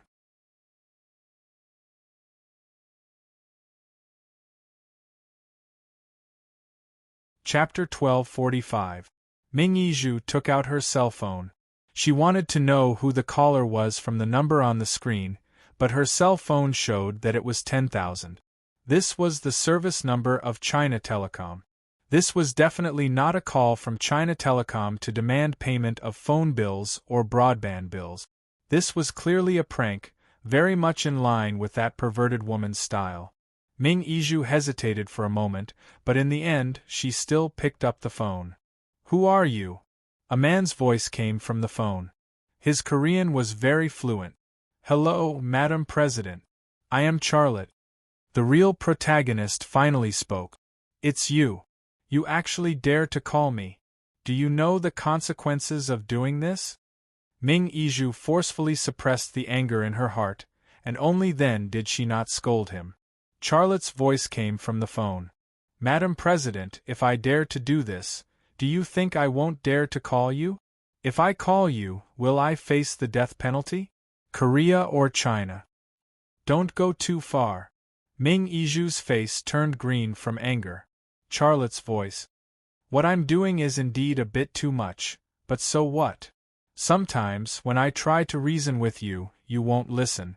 Only when you see the knife will you face reality. Now, I'm just letting you see my knife, and you can't stand it. If one day this knife is stabbed into your body, won't you all die of discomfort? So, from this angle, I'm actually doing it for your own good. At that time, you all didn't listen to our persuasion at all. In order to let you understand some simple principles, sometimes we really do need some rather crude methods. Ming Yizhu said angrily, You! Aren't you afraid? Charlotte interrupted Ming Yizhu's words. Madam President, there's no need to say any more. No matter what you say, I'm not afraid, let alone my country. Ming Yizhu took a deep breath, and after suppressing the anger in her heart, she covered the phone's transmitter. Then, with a very small voice, she said to General Connor beside her, It's Charlotte. I'm sure he's the one piloting that Kuan-Pung strategic bomber. Connor immediately became excited. He took 2 steps back and used the communicator to give a new order. All combat personnel, pay attention. It has been confirmed that the pilot on that bomber is Charlotte. Everyone attack. This time, no matter what, we must kill him. The order was issued, and even the fighter jets on standby at the Incheon military base ignited and prepared to take off. Mr. Xia, if you do this, you will start a war. I can make you suffer with just one phone call, do you believe that? Don't use such words to scare me. I guess that person doesn't even answer the phone, right? Charlotte's voice had a hint of ridicule. You, Ming Yizhu was speechless. It was Charlotte's voice. Madam President, don't think that I don't know what you're discussing. There has never been a lack of people in this world who want to kill me, but I am still alive, and those people are already dead. Alright, since you and that Connor fellow want to kill me so much, I've decided to give you a chance. I'll be above you in the stratosphere. Have your fighter jets come up. Ming Yizhu covered the communicator of the phone again and whispered, "He's above us in the stratosphere." Connor immediately ordered, "That's called a bomber, it's in the stratosphere. All fighter jets attack." Ming Yizhu turned on the communicator for the second time. "Mr. Xia, I admire your arrogance and courage. I will send you to the Korean court and let you stand trial. You will face the death penalty." He he he. Charlotte's laughter came from the phone. "Looks like everything I did before was useless. I've seen the arrogance and conceit of the Koreans. But you guys are lucky. Because I'm still in a hurry to go back for dinner, I'll just destroy your confidence a little. We won't play big this time. I'll go back for dinner after we're done." He was in a hurry to go back for dinner? On such an occasion, such a big matter. He actually said that he was in a hurry to go back for dinner. Ming Yizhu's feelings could no longer be described with words, but if she could swear, she would definitely say, "Eat your mother's asterisk asterisk asterisk." The busy tone of the call ending came from the phone. Charlotte had already ended the call. In the Incheon military base, dozens of F-16 fighter jets on standby roared into the sky. Above them, a group of fighter jets led by 10 U.S. F-35s and supplemented by the Korean Air Force's F-16 fighter jets had already rushed into the cloud. They had gone to the stratosphere to pursue the Kunpeng strategic bomber. Getting rid of Charlotte was what the people in the White House and the Pentagon wanted to do the most. As long as there was a chance, they would not let it go, and everything else had to make way for the operation to get rid of Charlotte. However, before the fighter jets on the ground could take off, an ear-piercing air defense alarm suddenly sounded. Everyone looked up at the sky. A black object rapidly fell from the sky. It was unusually large and looked like a small plane.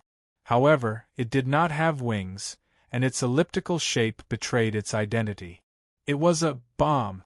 A bomb, ah! Hurry up and run. The Korean citizens who were watching the Eboli Freedom Guardians ran away. Some had their shoes trampled off, some fell to the ground, some were crying, and some were wailing. The scene suddenly became chaotic. Then, it was the soldiers of the United States Army and the Korean Army.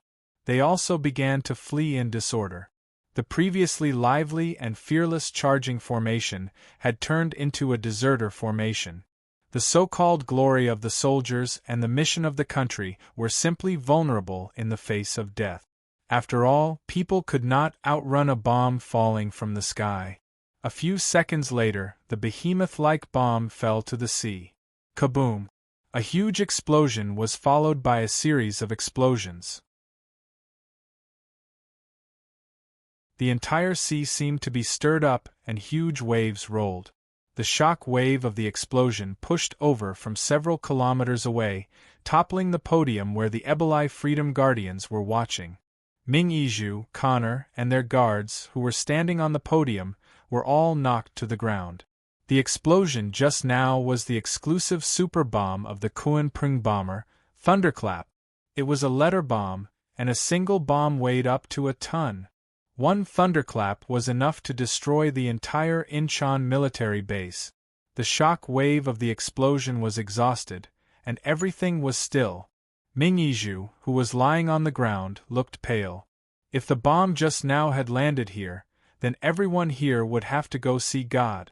As a soldier, Connor's performance was no better than Ming Yizhu's. His forehead was covered in cold sweat, and his mind was blank. One bomb was enough to destroy the entire Incheon military base. If several Kunpeng bombers attacked at the same time and appeared over the United States, radars would not be able to detect them. Bombs, or even nuclear bombs, fell from the sky. What would the consequences be? He did not dare to imagine, and his mind was blank. In the sky. In the Kuan-Pung strategic bomber, Charlotte's finger left the button, and then he looked back at Super Xiaoqian sitting behind him. Am I too kind? I can turn them into roast duck. Super Xiaoqian flashed, and suddenly squeezed to Charlotte's side. Why don't you throw another bomb? Charlotte was speechless. Stop messing around. Do you really want to blow up those people? If so, the war will really come. Winning is definitely not a problem, but we will lose our morality, and fall into a situation of isolation and helplessness internationally. You really have a lot of things to think about, but… Super Xiaoqian wanted to say something but stopped. Charlotte said, But what? Super Xiaoqian said, You are a person who thinks too much for the country and others, but you think too little for yourself. Charlotte couldn't help but smile bitterly, but he did not say anything. If it weren't for the approaching end of his life, he would definitely not do such a crazy thing, and he would not divide the original shares of Rema Group into several parts, and give them all to his women, children, and Xia Shui. He knew his own fate. How could he not think about his motherland and people? How could he not think about his women and children? His current thought was that even if he died, he would die without regrets. Super Xiaoqian suddenly said, There are fighter jets coming up, F***CK, dozens of them. Charlotte was stunned for a moment. What did you say? Fighter jets are coming. No, the previous word. F***CK, where did you learn it? In the two people rotation. Several black lines suddenly appeared on Charlotte's forehead. My master, do you need me to take over their command center again? Super Xiaoqian cleverly changed the topic. Charlotte said, No need. They think that the Kuan-Pung bomber is a simple bomber that has no power to fight back in front of fighter jets? Then they are wrong. Their missiles can't even lock on to the ghost drone, let alone the more advanced Kuan-Pung bomber. As soon as his voice fell, several air-to-air missiles flew under the belly of the Kuan-Pung bomber and then fell to the ground. Charlotte pressed the launch button on the control panel. The weapon compartment of the Kuan-Pung bomber opened, and a strange-looking bomb suddenly ejected from the cabin to the rear. As soon as the bomb left the weapon compartment, it inflated. Not only did it not fall, but it also floated up. The Kuan-Pung bomber suddenly accelerated, broke through the sound barrier, and quickly left. Boom! Just as the Kuan-Pung bomber flew out of the danger zone, the inflatable bomb suddenly exploded. A cloud of black dust suddenly appeared behind the Kuan-Pung bomber and in front of the fighter jet. The wind blew west, the fighter jets flew east, and the two sides instantly encountered each other. After that, the fighter jets that lost power fell one after another. Some of the less seriously damaged ones turned around and fled. The dozens of fighter jets came and left in a hurry.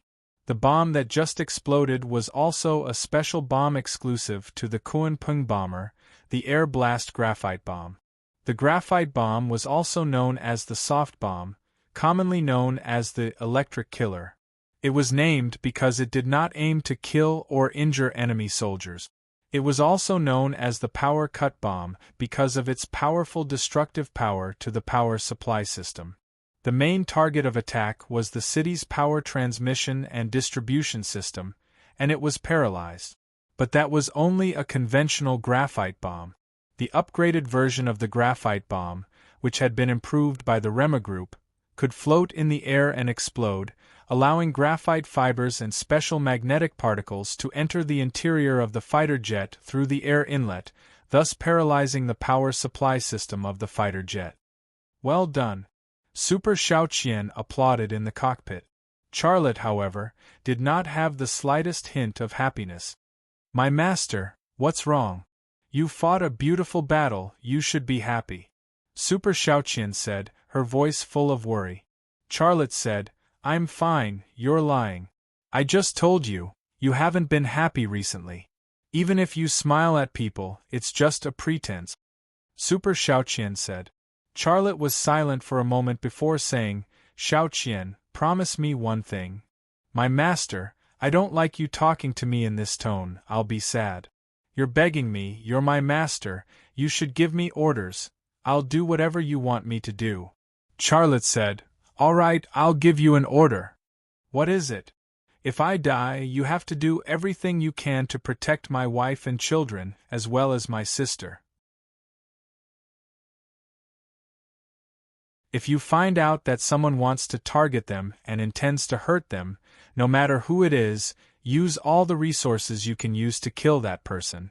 Super Xiaoqian said, I know, I can use the money I earn to bribe the killer, I can also make the electrical appliances in his house suddenly malfunction. Although I don't have a real body, it's very easy for me to kill someone. I have many ways to achieve my goals. Then that's it, this is the last order I'll give you. You're not really going to die, are you? Charlotte just smiled and said nothing.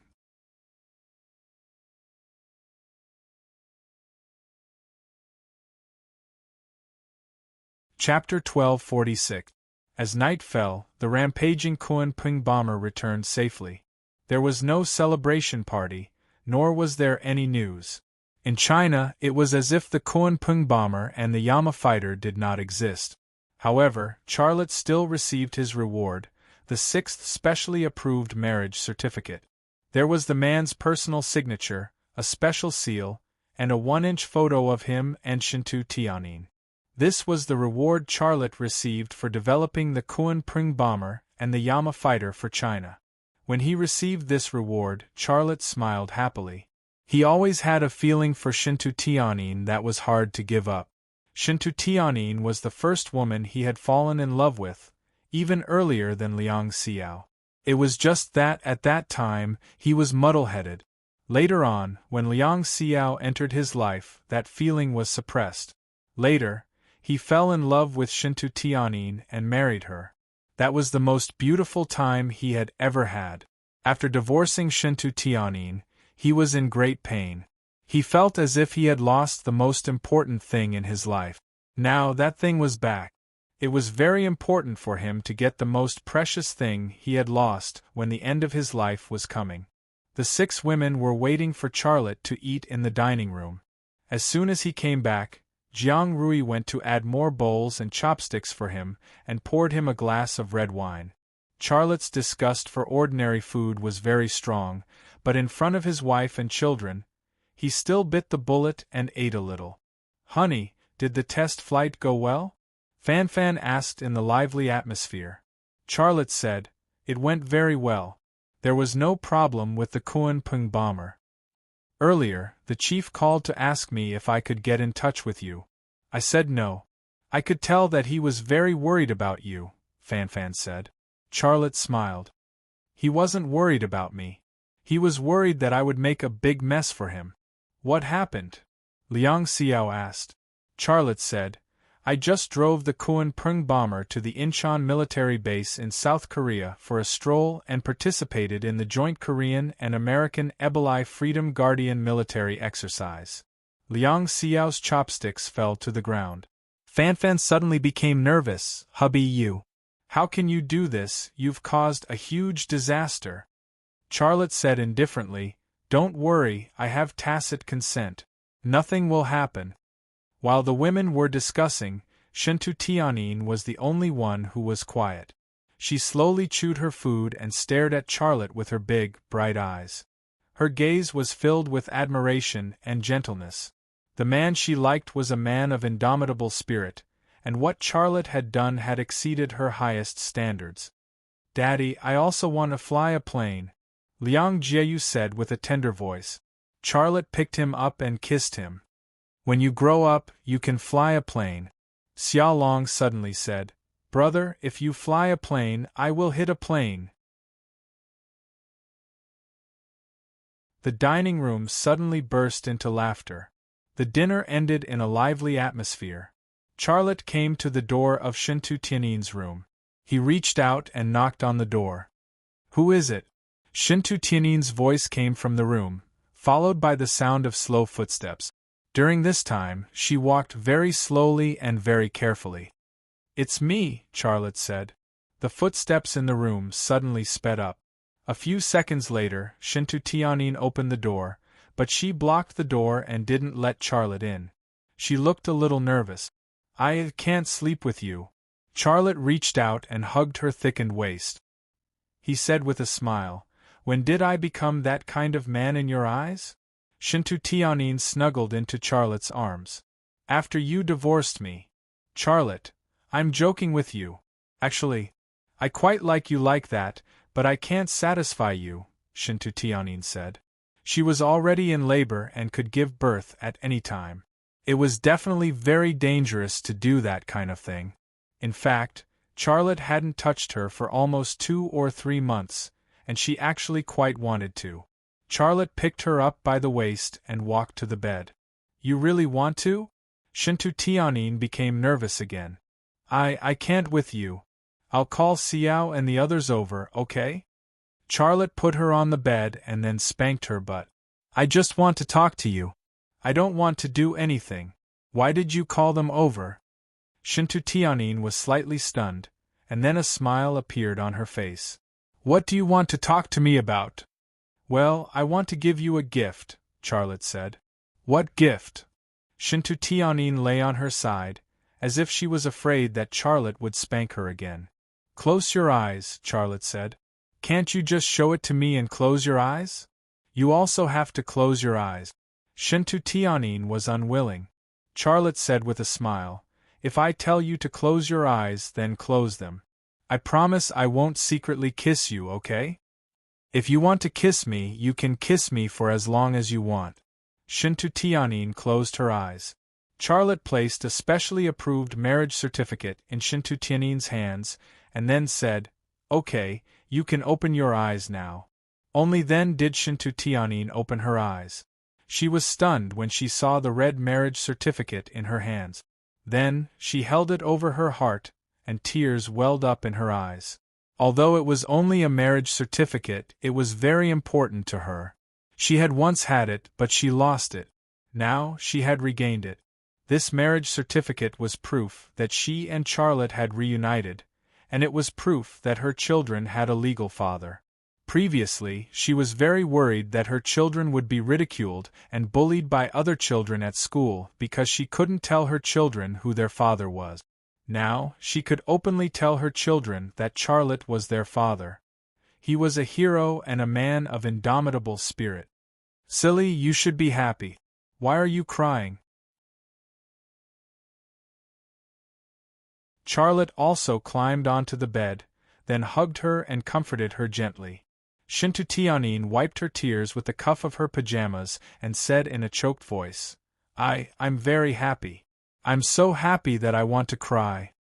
Charlotte said in her ear, "Don't cry. You look better when you smile." Shintu Tianyin smiled through her tears. "If you want to see me smile, I'll smile for you." Charlotte kissed her forehead and whispered in her ear, "Go to sleep. I'll hold you to sleep." "Aren't you going to their room?" "No, I'm not going anywhere. I just want to hold you to sleep," Charlotte said. Shintu Tianyin closed her eyes. Only in Xia Lei's embrace would the queen of the Wanxiang Corporation become a gentlewoman, obedient and lovable like a little bird. Charlotte couldn't sleep with his eyes closed. He couldn't sleep for more than 2 hours now. 2 hours of sleep was obviously not enough for ordinary people, but it was enough for him. But tonight, he was willing to do nothing. Even if he was in a daze on the bed, he wanted to sleep with Shintu Tianyin. The feeling of sleeping with Shintu Tianyin in his arms was still so comfortable and warm. Time seemed to flow back to the time in Haizhu. Such days were getting fewer and fewer for him. How many times could he sleep with Shintu Tianyin in his arms? He didn't know at all, but he knew that every time he hugged him, it would be one less time. So, he treasured every chance he had and every minute he had. As he lay there in a daze, Charlotte couldn't help but think about the world box, the skull, Zhu Xianyue and the prehistoric one, as well as the blurry face hidden in the crystal skull. There was a rustling sound, and Charlotte's thoughts were pulled back to reality by a gentle hand. It was Shintu Tianyin's hand. He didn't know when her soft hand had slipped from his lower abdomen to a certain place and did something naughty. That gentle and burning feeling spread through his body, and Charlotte's body also slightly tightened. Tianyin, what are you doing? I can't sleep, Shintu Tianyin said. If you can't sleep, then I can't. Shintu Tianyin said in Charlotte's ear. I know, so I used my hand. Charlotte didn't know whether to laugh or cry. Tianyin, I don't need that, really, you don't have to think about my feelings. Shintu Tianyin bit Charlotte's ear. I didn't think about your feelings, it's just that I haven't touched you in a long time, and I want to touch you. Charlotte, the plastic bite was pulled away, and Shintu Tianyin clumsily climbed up, and then moved the big white ball down. Charlotte hugged her and said with heartache, Sleep, let's sleep. If you really can't sleep, we can talk. Shintu Tianyin pushed Charlotte's hand away. Today is the day we get married, and tonight is our wedding night. How can we sleep on our wedding night? Let me, as your wife, do my duty. I'm serious. Charlotte couldn't help but smile bitterly. He closed his eyes, and then he felt his body surrounded by tenderness, falling into that soft nest, and he didn't want to come out again. Everything quieted down, and Shintu Tianyin returned to Charlotte's arms again. The two of them hugged each other tightly, unwilling to be separated for a second. After a while, Charlotte said, Tianyin, I also prepared a will for you and the child, and $40 billion. I put it in the safe in the office, and I'll ask Qin Xiang to bring it to you tomorrow. Shintu Tianyin's reaction was very strong. I don't want any will. I told you, you're so young, why would you make a will? Besides, I don't lack money. I know you don't lack money, but I can't give it to Xiao and Yu Yan, and not give it to you. I still don't want it, I only want you. Now, if you give me another chance, I'd rather give up the Wanxiang group. I only want you. Shintu Tianyin's eyes were filled with tears. On their wedding night, her child hadn't been born yet, but Charlotte mentioned a will, which she couldn't accept. Charlotte said to himself, I divided the Rema group into 8 parts, 1 for each of you, and 15% of the original shares. Xia Shui gets 10%, but I'll give her more money. In addition, I'll also give a sum of money to those who started the business with me, Guan Lingshan, Zhou Xiaohong, Lu Xing. Wait, if you divide it like this, you'll have nothing left.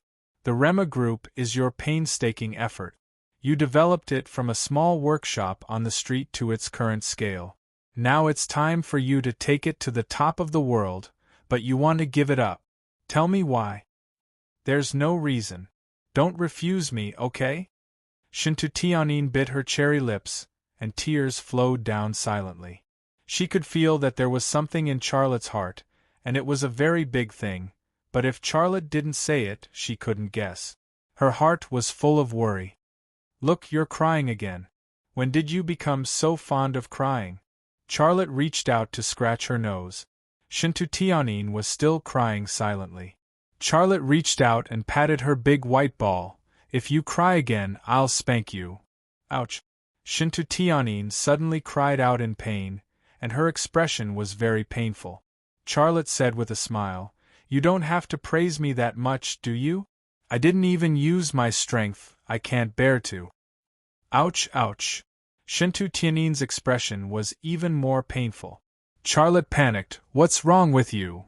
Hurry up and send me to the hospital, I'm going to give birth, Shintu Tianyin said.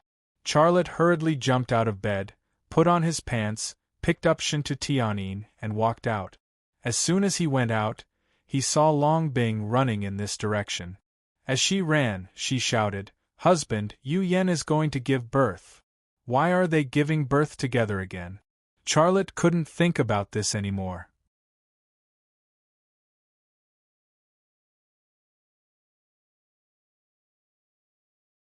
Chapter 1247. Wanxiang Group's Private Hospital. Ah! It hurts, it hurts. Why is giving birth so painful? Can I not give birth?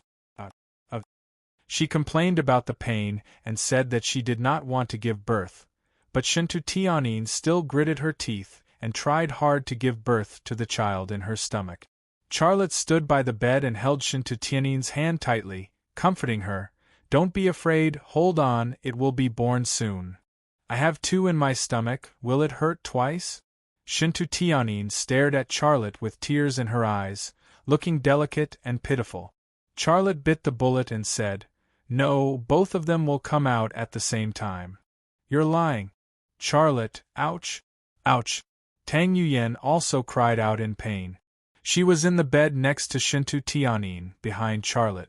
When Charlotte comforted Shintu Tianyin, she gritted her teeth and didn't cry out, but she really couldn't hold it in anymore.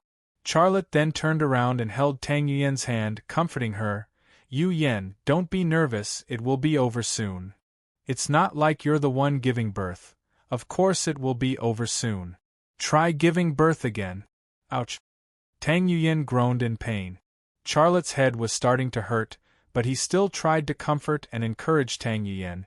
"You've been practicing martial arts since you were young, and you're a special agent, so you've been trained in pain. Don't tell me you can't even take this little pain?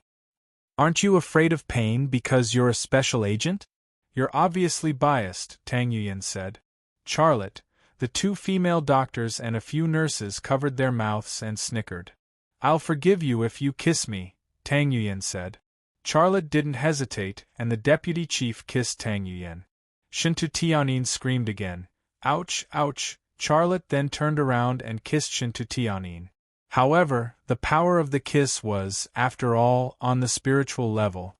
The places that were supposed to hurt still hurt. The 2 women soon began to cry out again. "Io, io, yua, iya, yua, iya, yua, iya." Not a moment of silence. A few minutes later. "It's coming out, it's coming out. Chairman, try harder," a female doctor said excitedly. And Shintu Tianyin squeezed out with all his might. "I see the head. Try harder," said the doctor. As soon as Shintu Tianyin's baby's head appeared, the female doctor who was helping Tang Yuyan also said excitedly, "I can see his head. Keep going, he's coming out soon." And Tang Yuyan also squeezed out with all her might. A minute later, the female doctor who was helping Shintu Tianyin took out a baby from between Shintu Tianyin's legs. The female doctor gently patted the baby's butt and the baby cried out. "Is it a son or a daughter?" Shintu Tianyin asked anxiously. The female doctor who was helping her said with a smile, "Congratulations, Chairman. It's a son." A smile immediately appeared on Shintu Tianyin's face. Beads of sweat dripped down from her forehead and cheeks. The pain and hardships from before had all been repaid at this moment. Her heart was filled with happiness and joy. This feeling could only be experienced by a woman who had been a mother. "Wah!" There was also a cry behind him. Charlotte turned around and saw the female doctor, who was helping Tang Yuyan take out a baby boy with an umbilical cord from between Tang Yuyan's legs. He couldn't help but give birth, and his other son was also born. According to the time of birth, the son that Tang Yuyan had just saved was his youngest son. "It's a son, it's a son." Charlotte reported the good news before the female doctor. He then reached out to hold his youngest son, but the female doctor hid his hand. "There are bacteria on your hand. You can't hold it. Also, you haven't even cut the umbilical cord. Where are you going?" The female doctor spoke very quickly. She didn't give Charlotte any face at all. Charlotte smiled embarrassedly and withdrew his hand. "It's out again. Chairman, use your strength." The female doctor who was helping Shintu Tianyin became excited again. "Yes." Shintu Tianyin's face turned red. Because the older brother had opened up the channel, the birth of the younger sister seemed to be very smooth. Shintu Tianyin almost didn't use much strength, and she was born. 3 nurses wrapped the children in swaddling clothes. Charlotte kissed Shintu Tianyin and Tang Yuyan. He was very happy.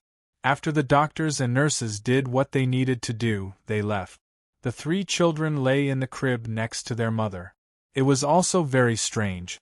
The 3 children only cried a few times when they were born, and then they stopped crying. They looked very quiet, watching the world with their eyes wide open.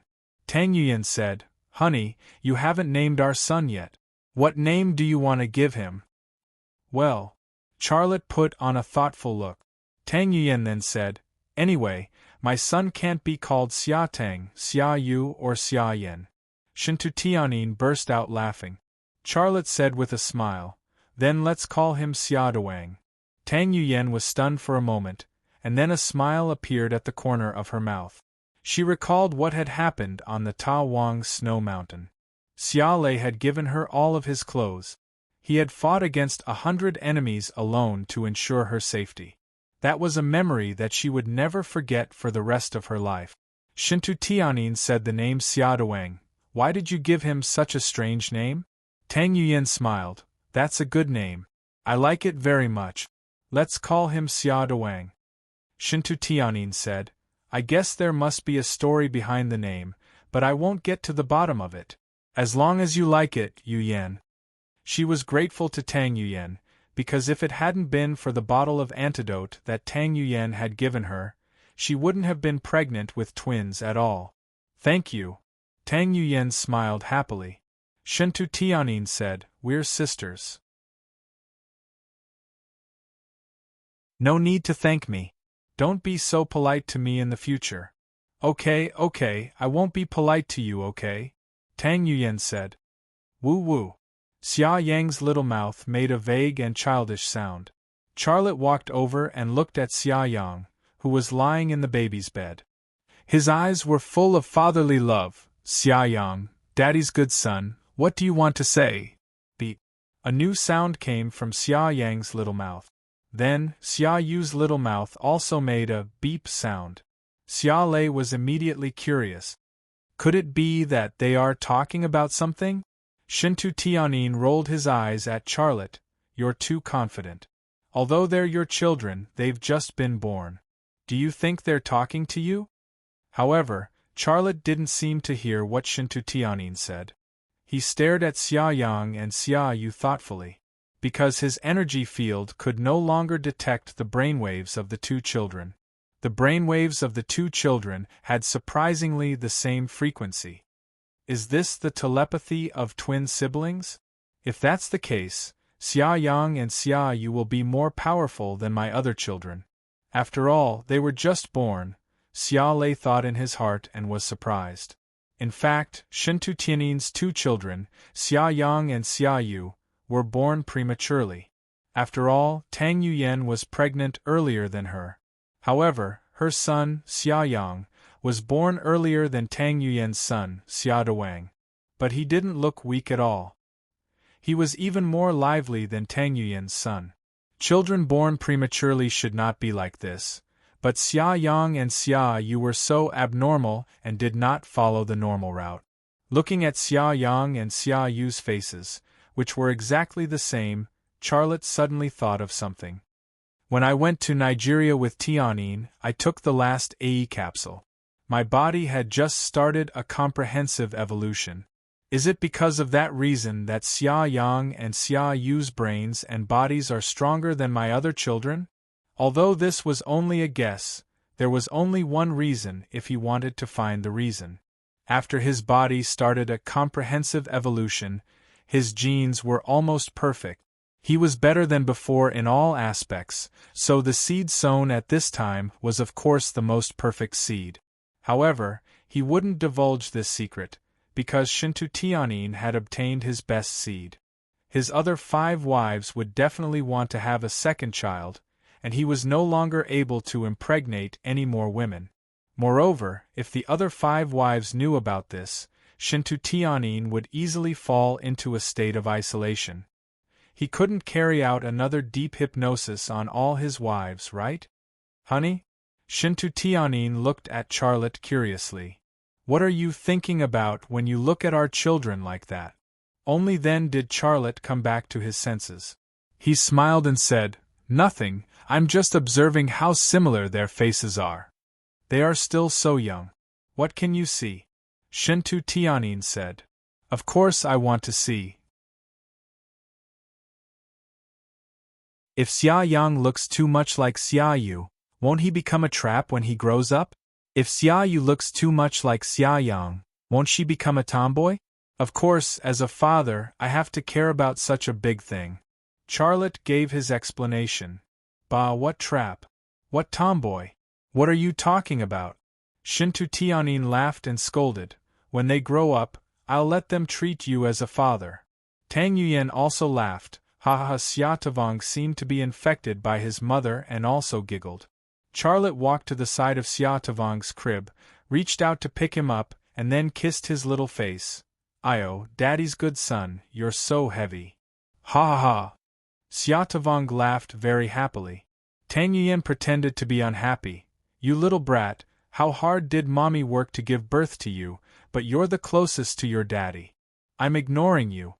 Charlotte reached out and slapped Tang Yuyan's buttocks. What kind of mother are you? You're actually jealous of your son's father. Son, Daddy hit mommy, okay? Xia Tavong's little hand slapped Charlotte's mouth, and then a chubby little finger drilled into Charlotte's nostril, and his mouth was still shouting.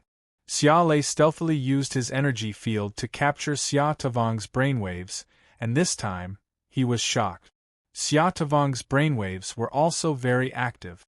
Although they were not as good as Xia Yang and Xia Yu, they were not far behind.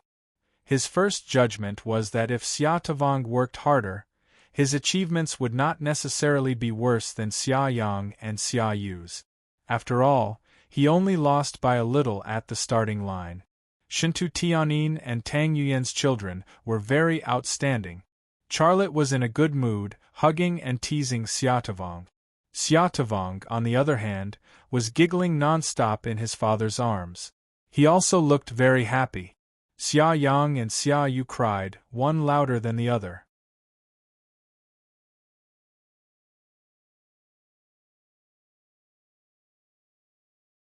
Chapter 1248. The children were crying, and Charlotte became nervous. What's wrong with them? I'll call the doctor right away. Shintu Tianyin said. Why are you calling the doctor? The children are crying because they're hungry. Bring Xia Yang and Xia Yu to me. I'll feed them.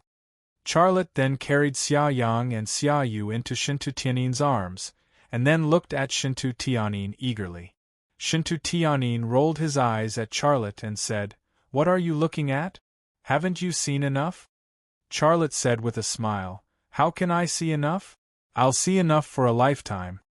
Shintu Tianyin couldn't help smiling, and her heart was filled with sweetness. Although Charlotte was staring at her, she still reached out and lifted the patient's gown, revealing 2 snow-white breasts. The breasts were full of food, bulging and much bigger than usual. They looked particularly majestic. The lids of the 2 granaries were obviously much bigger and fuller than usual. They were like 2 red gems, very attractive. You're really shameless. Shintu Tianyin was a little shy. He quickly stuffed one into Xia Yang's mouth, and then stuffed one into Xia Yu's mouth, using the children to cover his embarrassment. Xia Yang and Xia Yu began to drink milk. They didn't care at all what their father was looking at. When Xia Tavong saw Xia Yu and Xia Yu drinking milk, he also cried. This time, Charlotte didn't wait for Tang Yuyan to call him. He took Xia Tavong into Tang Yuyan's arms and said with a smile, Yu Yan, our son is hungry. Feed him quickly. Tang Yuyan also rolled her eyes at Charlotte and said, Just wait and see Tianyin and I feed the children?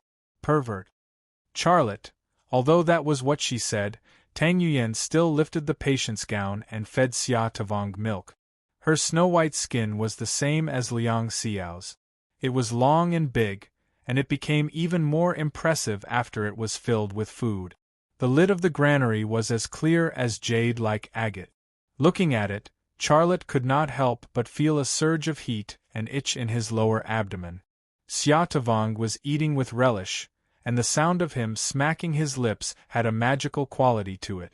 Tang Yuyan glared at Charlotte and said angrily, Honey, don't look at me like that. I'm nervous when you look at me like that. Charlotte suddenly reached out and lifted her clothes, revealing her other snow-white breast. What are you doing? Shameless. Tang Yuyan scolded her man, but she didn't do anything to stop him. I'll show you how shameless I am today. Charlotte climbed onto the hospital bed and leaned into Tang Yuyan's arms. He held a granary in his mouth and started eating. You! Tang Yuyan was so embarrassed that she couldn't speak. There was no place on her face that wasn't red. You're really shameless.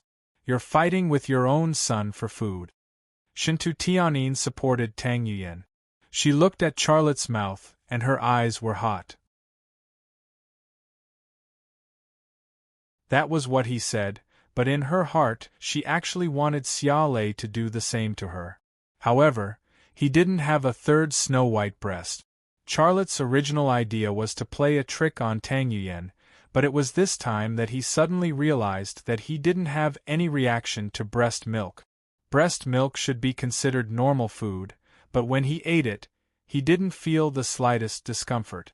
On the contrary, his stomach was like a piece of barren land that had been dry for a long time, and now it was welcoming a sweet dew. What's going on? How come I don't have any feeling of rejection? Could it be that breast milk is a normal food that I can eat? If I eat this kind of food every day, will my body delay turning into an energy body? This time when he was fighting with his son for food, he inexplicably discovered that in this world there was actually food that he could eat. It could even delay the time when his body turned into an energy body. For Charlotte, this was simply a huge harvest. Quickly get up, stop eating. Tang Yuyan grabbed Charlotte's ear and gently twisted it. If you continue eating, our son won't have anything to eat. I'll let you feed him. Only then did Charlotte get up from Tang Yuyan's arms. His tongue stuck out like a frog's tongue, and he licked a drop of milk stuck to the corner of his mouth into his mouth. So disgusting. Tang Yuyan looked very disgusted, but her clothes felt a little stuffy and moist.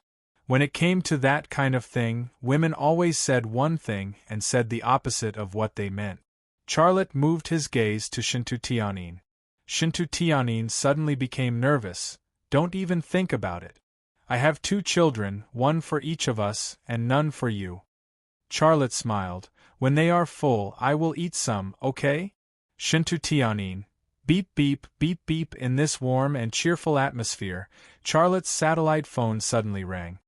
He answered the phone and then said, I have to go back to the company.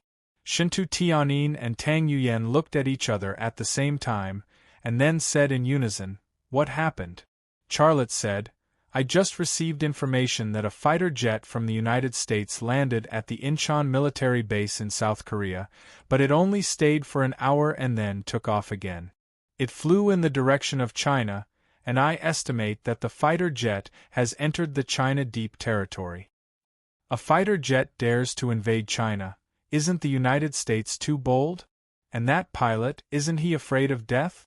Tang Yuyan said. Although she was no longer working in 101 innings, she was still very concerned about such things.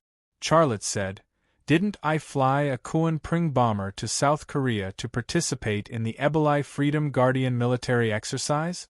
That guy will definitely fly a fighter jet designed by him to do the same thing. Our radar didn't find any suspicious targets, so I have to personally deal with this matter, Charlotte said. Who is that guy? Shintu Tianyin asked.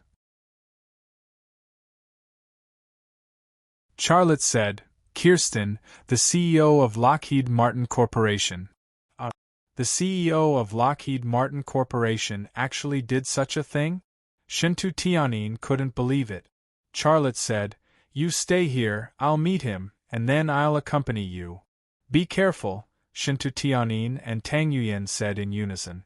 Half an hour later, at the headquarters of Rema Group in the capital, a black fighter jet entered the runway, then accelerated and rushed into the sky in the blink of an eye. In the cockpit, Charlotte said, Don't be lazy, come out, it's time to work. Super Xiaoqian appeared in the narrow cockpit. She wasn't a female general, nor was she a female secretary, but a woman wrapped in a bath towel, who had just come out of the shower. The white bath towel, the white full and tight body, was very fleshy and sexy. The pair of plump breasts pushed the bath towel up high, but only covered half of the ball, so that the deep cleavage was revealed, enough to drown a fish. Her perky but formed a round shape under the bath towel, the lines like the head of a dolphin or a ripe peach, extremely seductive. Even more exaggerated, she also simulated water droplets, her hair and skin full of water droplets.